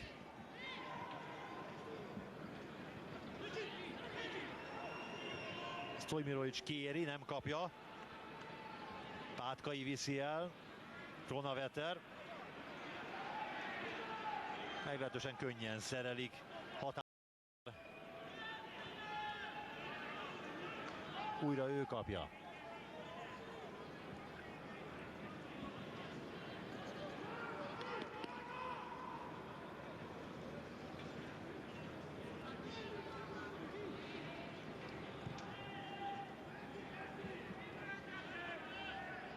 Bodnárnál. Krejci. Stojmirovic felé. Pilibaitis fejeli el. És aztán Lipták toldja meg. Uzomáig jut. És már mozdult volna Grumic, de lefülelik a labdát a győriek. Vinyár.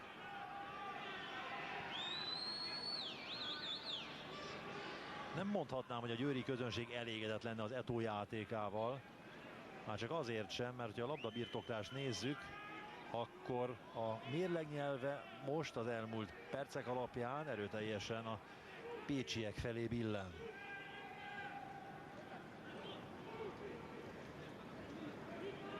De valahogy az az ember érzése, hogy a Győr azért magabiztosan tartja azt a bizonyos egygólos előnyt, de hát ez nagyon-nagyon soványka, és ebből könnyedén lehet 1-1 is. Igaz, hogy 2-0 is.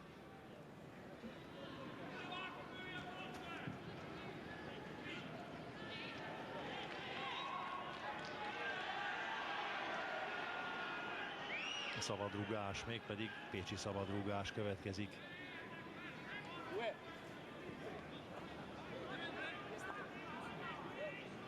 Hát egy biztos, nem mondható viharosnak és elsöprőnek a Győr játéka.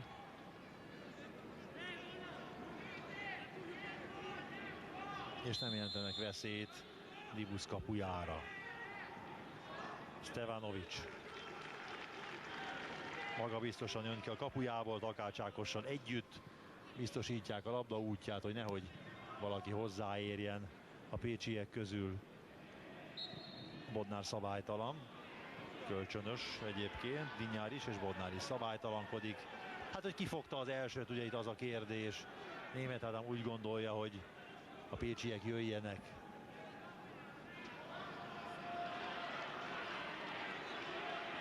Horváth Adrián elveszíti, aztán lassan már lőni lehet. Nincs még lövőhelyzet. Remek a visszaadás, a sarkalás, és aztán Panyikvár fejeli ki a labdát, csúsztatja ki a labdát Varga Roland elől. Egy győri lehetőség, és milyen kicsi elég a közönségnek. Egyetlen egy lehetőség, ami felcsillan, és már is újra ők is helyzetbe hozzák magukat. Nagyon szép volt ez a visszasarkazás. És igen, hogyha nincs ott a pécsi védő, akkor Horváth Adrián le, és Nagy Olivér pedig bejön a pályára a pécsi együttesben. És ezzel már Zsuk Attila is ott tart, hogy többet nem cserélhet.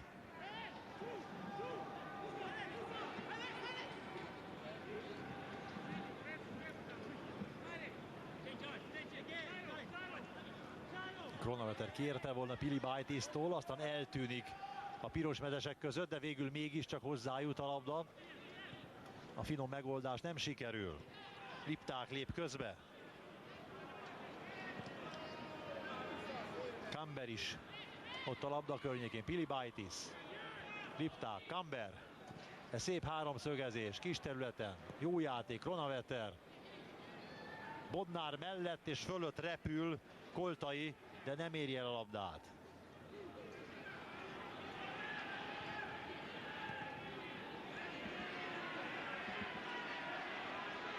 Bodnár fordul. Hanikvár szépen.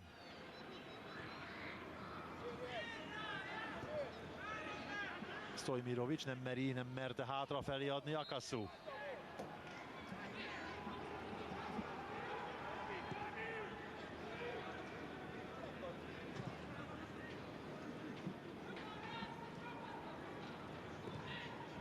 Strescsik volt, aki kicsit határozottabban érkezett a szabályosnál.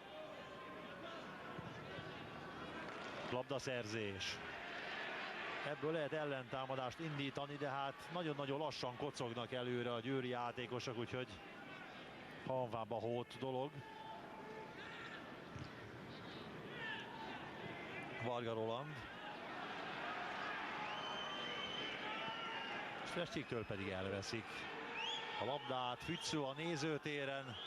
Nem ezt várta a közönség.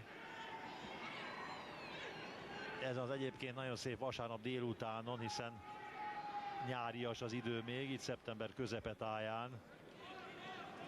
És egy kikísért labda. Stevanovicsnak nem volt dolga, vagy nehéz dolga legalábbis, ami a második félidőt illeti. 72. perc. Fogy az idő, és ez a Győr-Malmára hajtja a vizet, de még egyszer mondom, az egygólos vezetés az nagyon-nagyon sovány a Győr számára hazai pályán.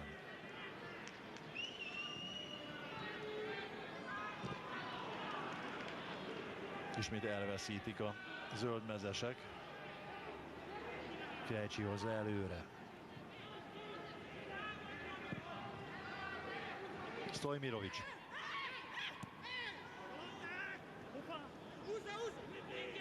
Uzoma visszafelé. Nagy Olivér. Lecsúszik a lábáról. De hát ezt kell csinálni, mert most már lassan az utolsó negyed órába lépünk.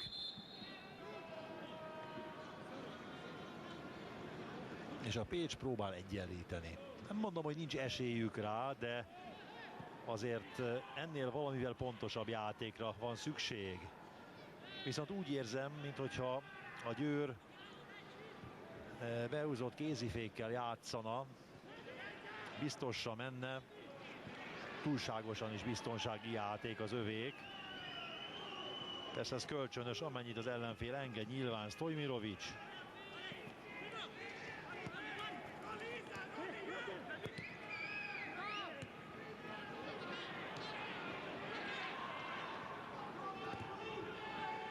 Uzoma előre. Pilibaitis. Kronaveter. Még egyszer, szerencsével vissza, aztán nem tudja megszelídeni Koltai a labdát. Dibusz Dénes pedig a biztos megoldás választja, jó messzire a kaputól kirúgni, ez a lényeg.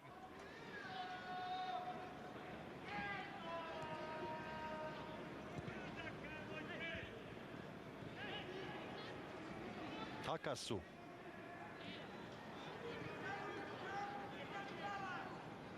Bodnár. Grumic felé, és elég, hogyha Grumic elindul a labda közelébe, vagy a labda irányába, akkor már úgy gondolja a győri védelem, hogy nem kéne újat húzni, nem kellene cselezgetni, hanem a lehető legegyszerűbb megoldást választani. Ezért van tekintélye Grumicnak. Stojmirovic megy át a jobb oldalra, hogy labdát szerezzen. Meg is szerezte, és tovább is tette, mégpedig pontosan. Egy lövési kísérlet, leperdül, Strescsik fut érte, és elindulhat. Óriási terület előtte. Még mindig nála. Sárga lapot ér. Zsejkovics kapta. Strescsik felgyorsult, és Zsejkovics érezte, hogy baj lehet. Ha elengedi, akkor veszélyes helyzet alakult volna ki Dibusz kapuja előtt, így nem biztos.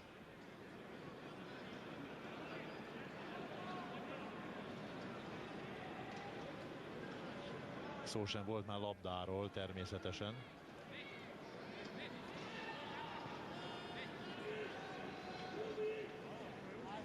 Dinyár teszi le a labdát.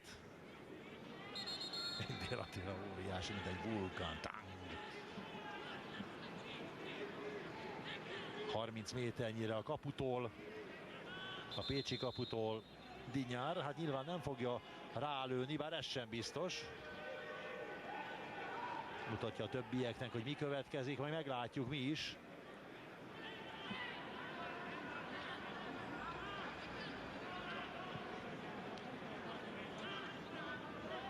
Lipták is ott.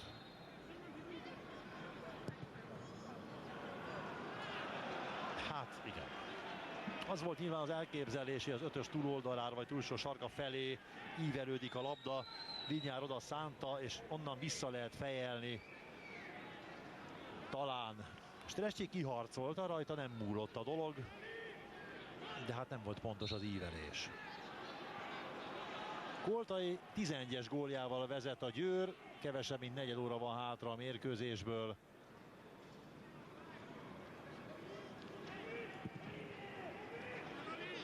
És ismét pécsi támadást láthatunk, Panikvár szelíti meg a labdát.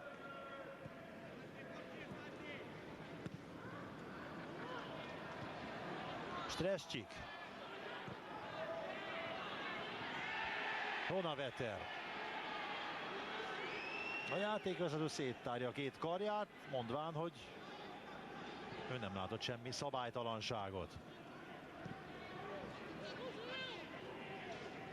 Újra Panikvárnál.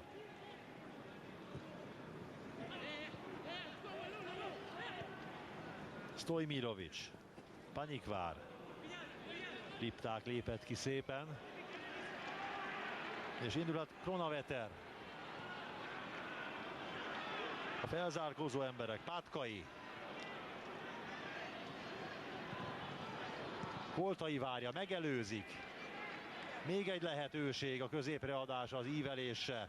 Egy fejelési kísérlet, és aztán végül Pátkai fejesét védi könnyedén Dibusz Dénes. Szorongatták közben Pátkait. Ez egy jó akció volt győri részről. Grumic. Bodnár.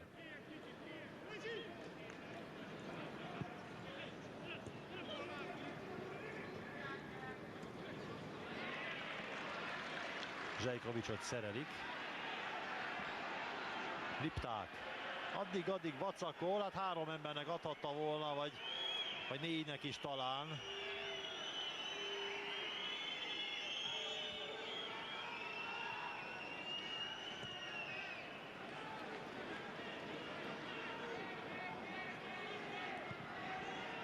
A Győrnek, ha győz egyáltalán, akkor is nagyon meg kell dolgoznia. A győzelmért Pilibájdis pedig lerántja Stojmirovicsot.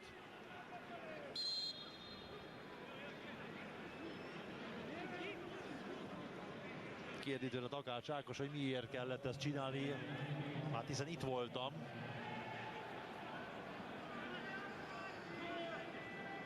Minden esetre szabadrugás a pécsi együttes javára.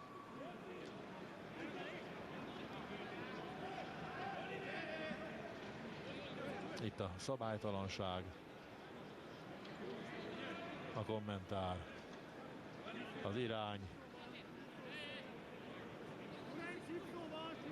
Közel a sorfal, 9 méterre kell állni a letett labdától. Rendben van, 29 méter. Rátekerik-e ez a kérdés? Nagy Olivér, vagy pedig oda be fejre.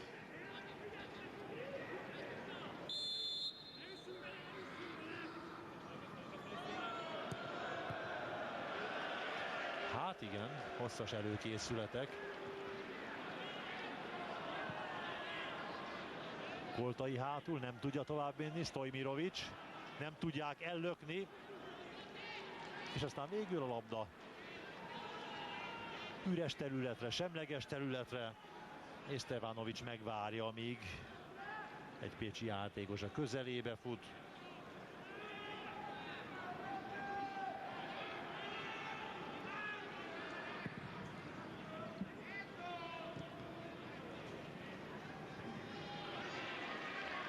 Ez jó labda, ment ketten várják, és tessék az egyik oldalon, és Varga Roland a másikon. Varga nem találja el jól. Tanikvár hozza ki. Győri szabálytalanság.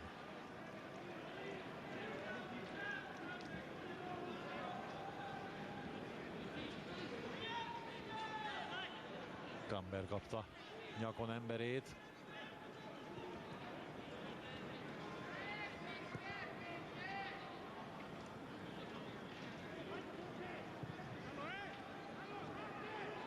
A szabálytalanságok aránya, száma. A győriek érdekes módon többet szabálytalankodtak többször, mint a Pécs.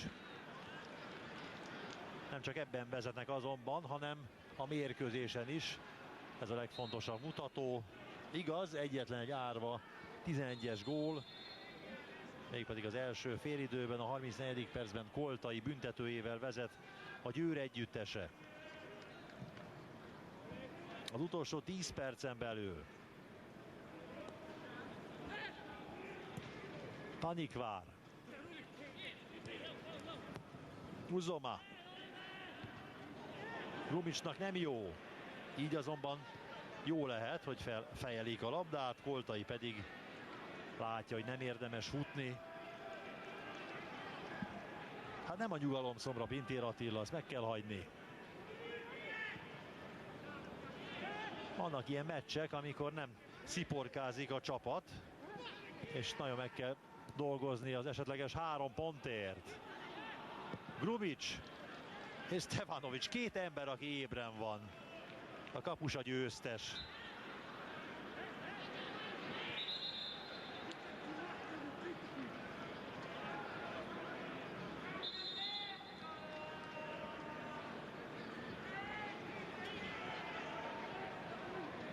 Stresszik a földön. Úgy gondolom, hogy ő szabálytalankodott, de nem volt szabálytalanság, hozzáért a pécsi játékoshoz, és elesett, úgyhogy lehet, hogy ez szabálytalannak minősül, de nem volt, semmiképpen sem volt szándékos, teljesen abszolút vétlen, és azt a görcsöt azért senki nem kívánja el tőle szerintem. De talpon most már a győriek játékosa. Még a frissítés az utolsó néhány percre.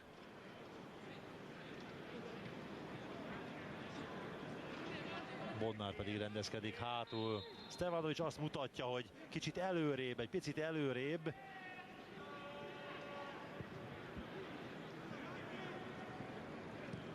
Hogy menjenek ki védekezés, labdát szerezni a játékos társai.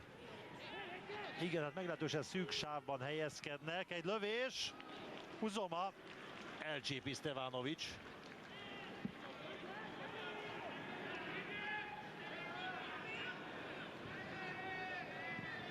Jó 20 méterről tűzte meg Uzoma, nem volt bombaerős, de azért ott kellett lennie a kapusnak.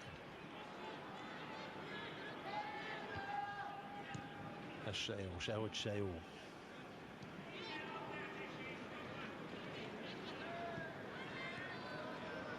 ...9-9 a lövések aránya. A győriek 5-ször küldték kapura, tehát pontosan, vagy pontosabbak voltak, mert a pécsiek csak 3-szor lőttek úgy, hogy az kapu felé is ment. Nem felé, hanem kapura is ment, hogy egészen pontosak legyünk. És marad a győri térfélen a labda, de hát megszokhattuk már, hogy a második félidő jó részében ezen a térfélen zajlik a játék.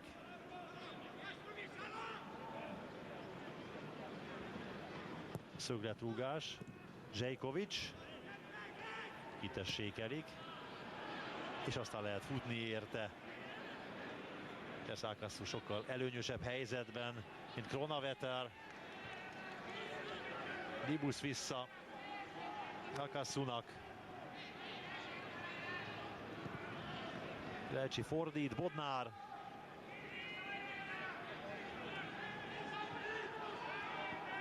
Ment középen, kérte volna Uzoma, de inkább a pécsiek rossz megoldást választottak. Uzoma valóban ott a győri térfél közepén üresen várta volna a labdát. Stevanovic Liptáktól kapta vissza. Egy lökés. Zsejkovics. Szűk 5 perc még. Ez az 1-11-es gól dönteni el a 3 pont sorsát.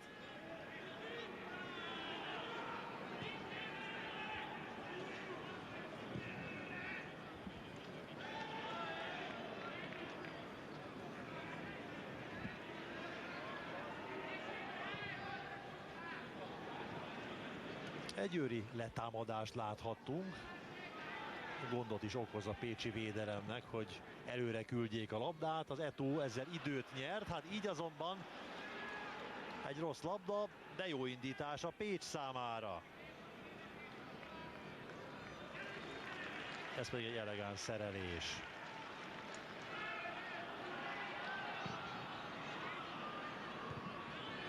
Panikvár, mint oly sokszor, jól helyezkedik.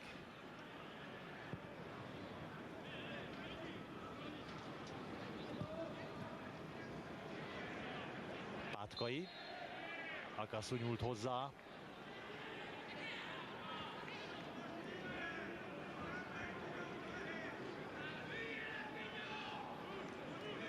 Pátkai Máté az MTK-ból jött, és Akasu szabálytalankodott a 24 éves győri játékossal szemben.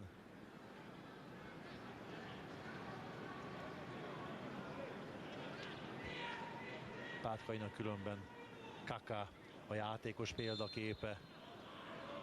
Imádja a Real Madridot és José Mourinhót, és feltételezhetően Pintér Attilát is tiszteli. Kronavetter.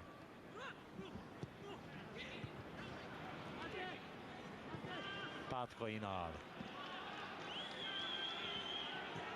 Takács Ákos mutatja, hogy valamiféle távlatot kéne nyitni már, mert nem tudja kinek adni a labdát, hova ívelje, mit csináljon. A győri szurkolók hát nem, hogy is mondjam, nem maradéktalanul elégedettek azzal, hogy 3 pontot szerez a Győr, és oda kúszik az MTK nyakára, az addig rendben van nyilván, de nem ezért vesznek jegyet.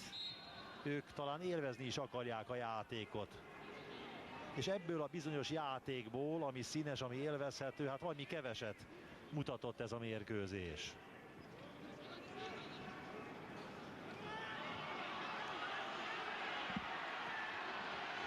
És most nézzük, Strescsik nagy helyzetben, Dibusz megint véd. Hát majdnem megszületett a második győri gól, megint egy kimaradt helyzet és egy szögletrúgás. Strescsik.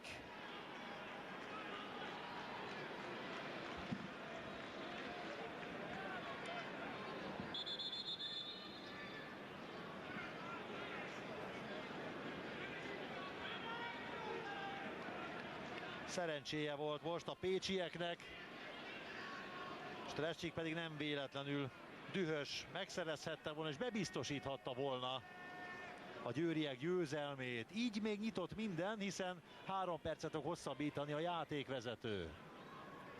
Vagyis 4 perc van még hátra a mérkőzésből.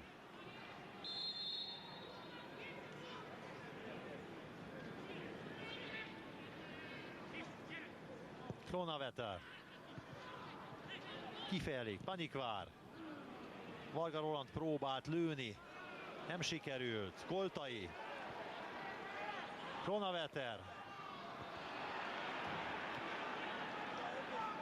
Nem volt elég pontos a középreadás. Koltai kéri a labdát, nem kapja a szlovéntól.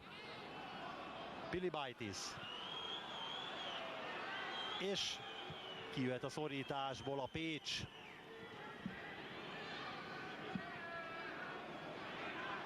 Kamber.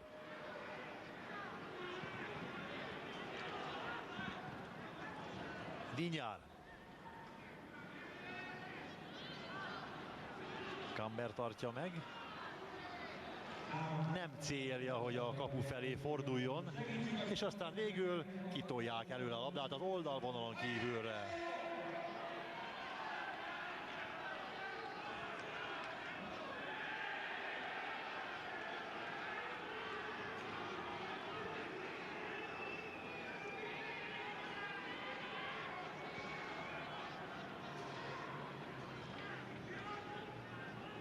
Na, 3 perc hosszabbításból is eltelt már fél.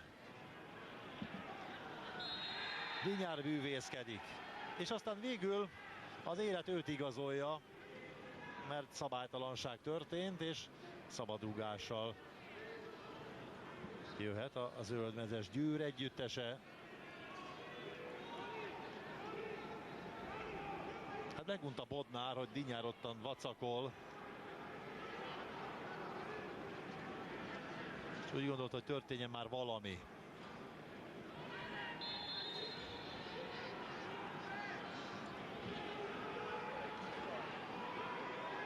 Kamber is indul fejelni, és Dibusz vetődik.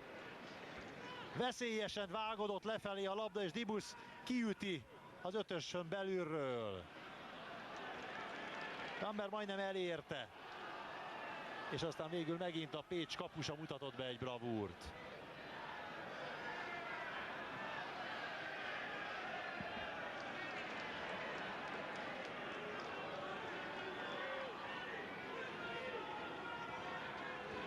Kamber centiméterekkel lemarad, Dibusz pedig észnél van, tudja, hogy jönnie kell.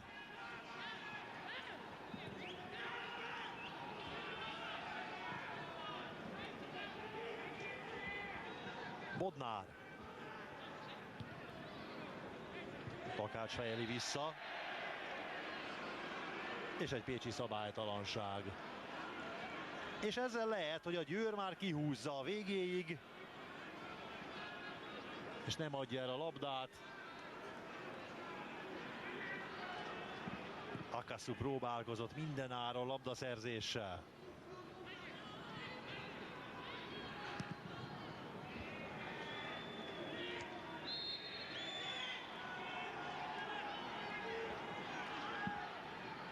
Pécsi szabadrúgás még.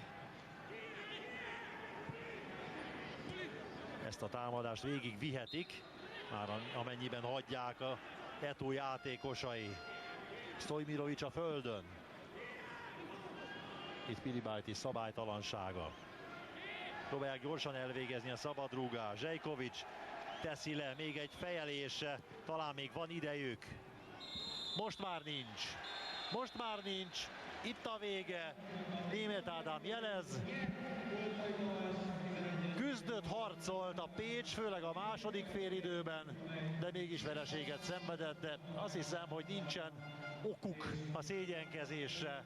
Azért néhányszor Dibusz kapus bravúrjai szükségük volt arra, hogy a Győr ne nagyobb különbséggel győzzön. Ezzel az egyetlen árva 11-es góllal nyert a Győri Eto, amelyet Koltai a 34. percben szerzett, és nem volt annyira egyértelmű a győri fölény, nem billent föl a pálya, egyáltalán nem érezhette azt a közönség, hogy itt most parádé lesz, hogy itt most sziporkázás lesz, mert elég sok pontatlanság csúszott a győri játékba, ami végül is annak köszönhető részben, hogy bizony-bizony nagyon szívósan játszott a Pécs, és a pálya közepén próbálta megzavarni az építkező Győr együttesét. Tehát vannak ismerősök persze mindkét csapatban, vagy barátok is, hogyha úgy tetszik.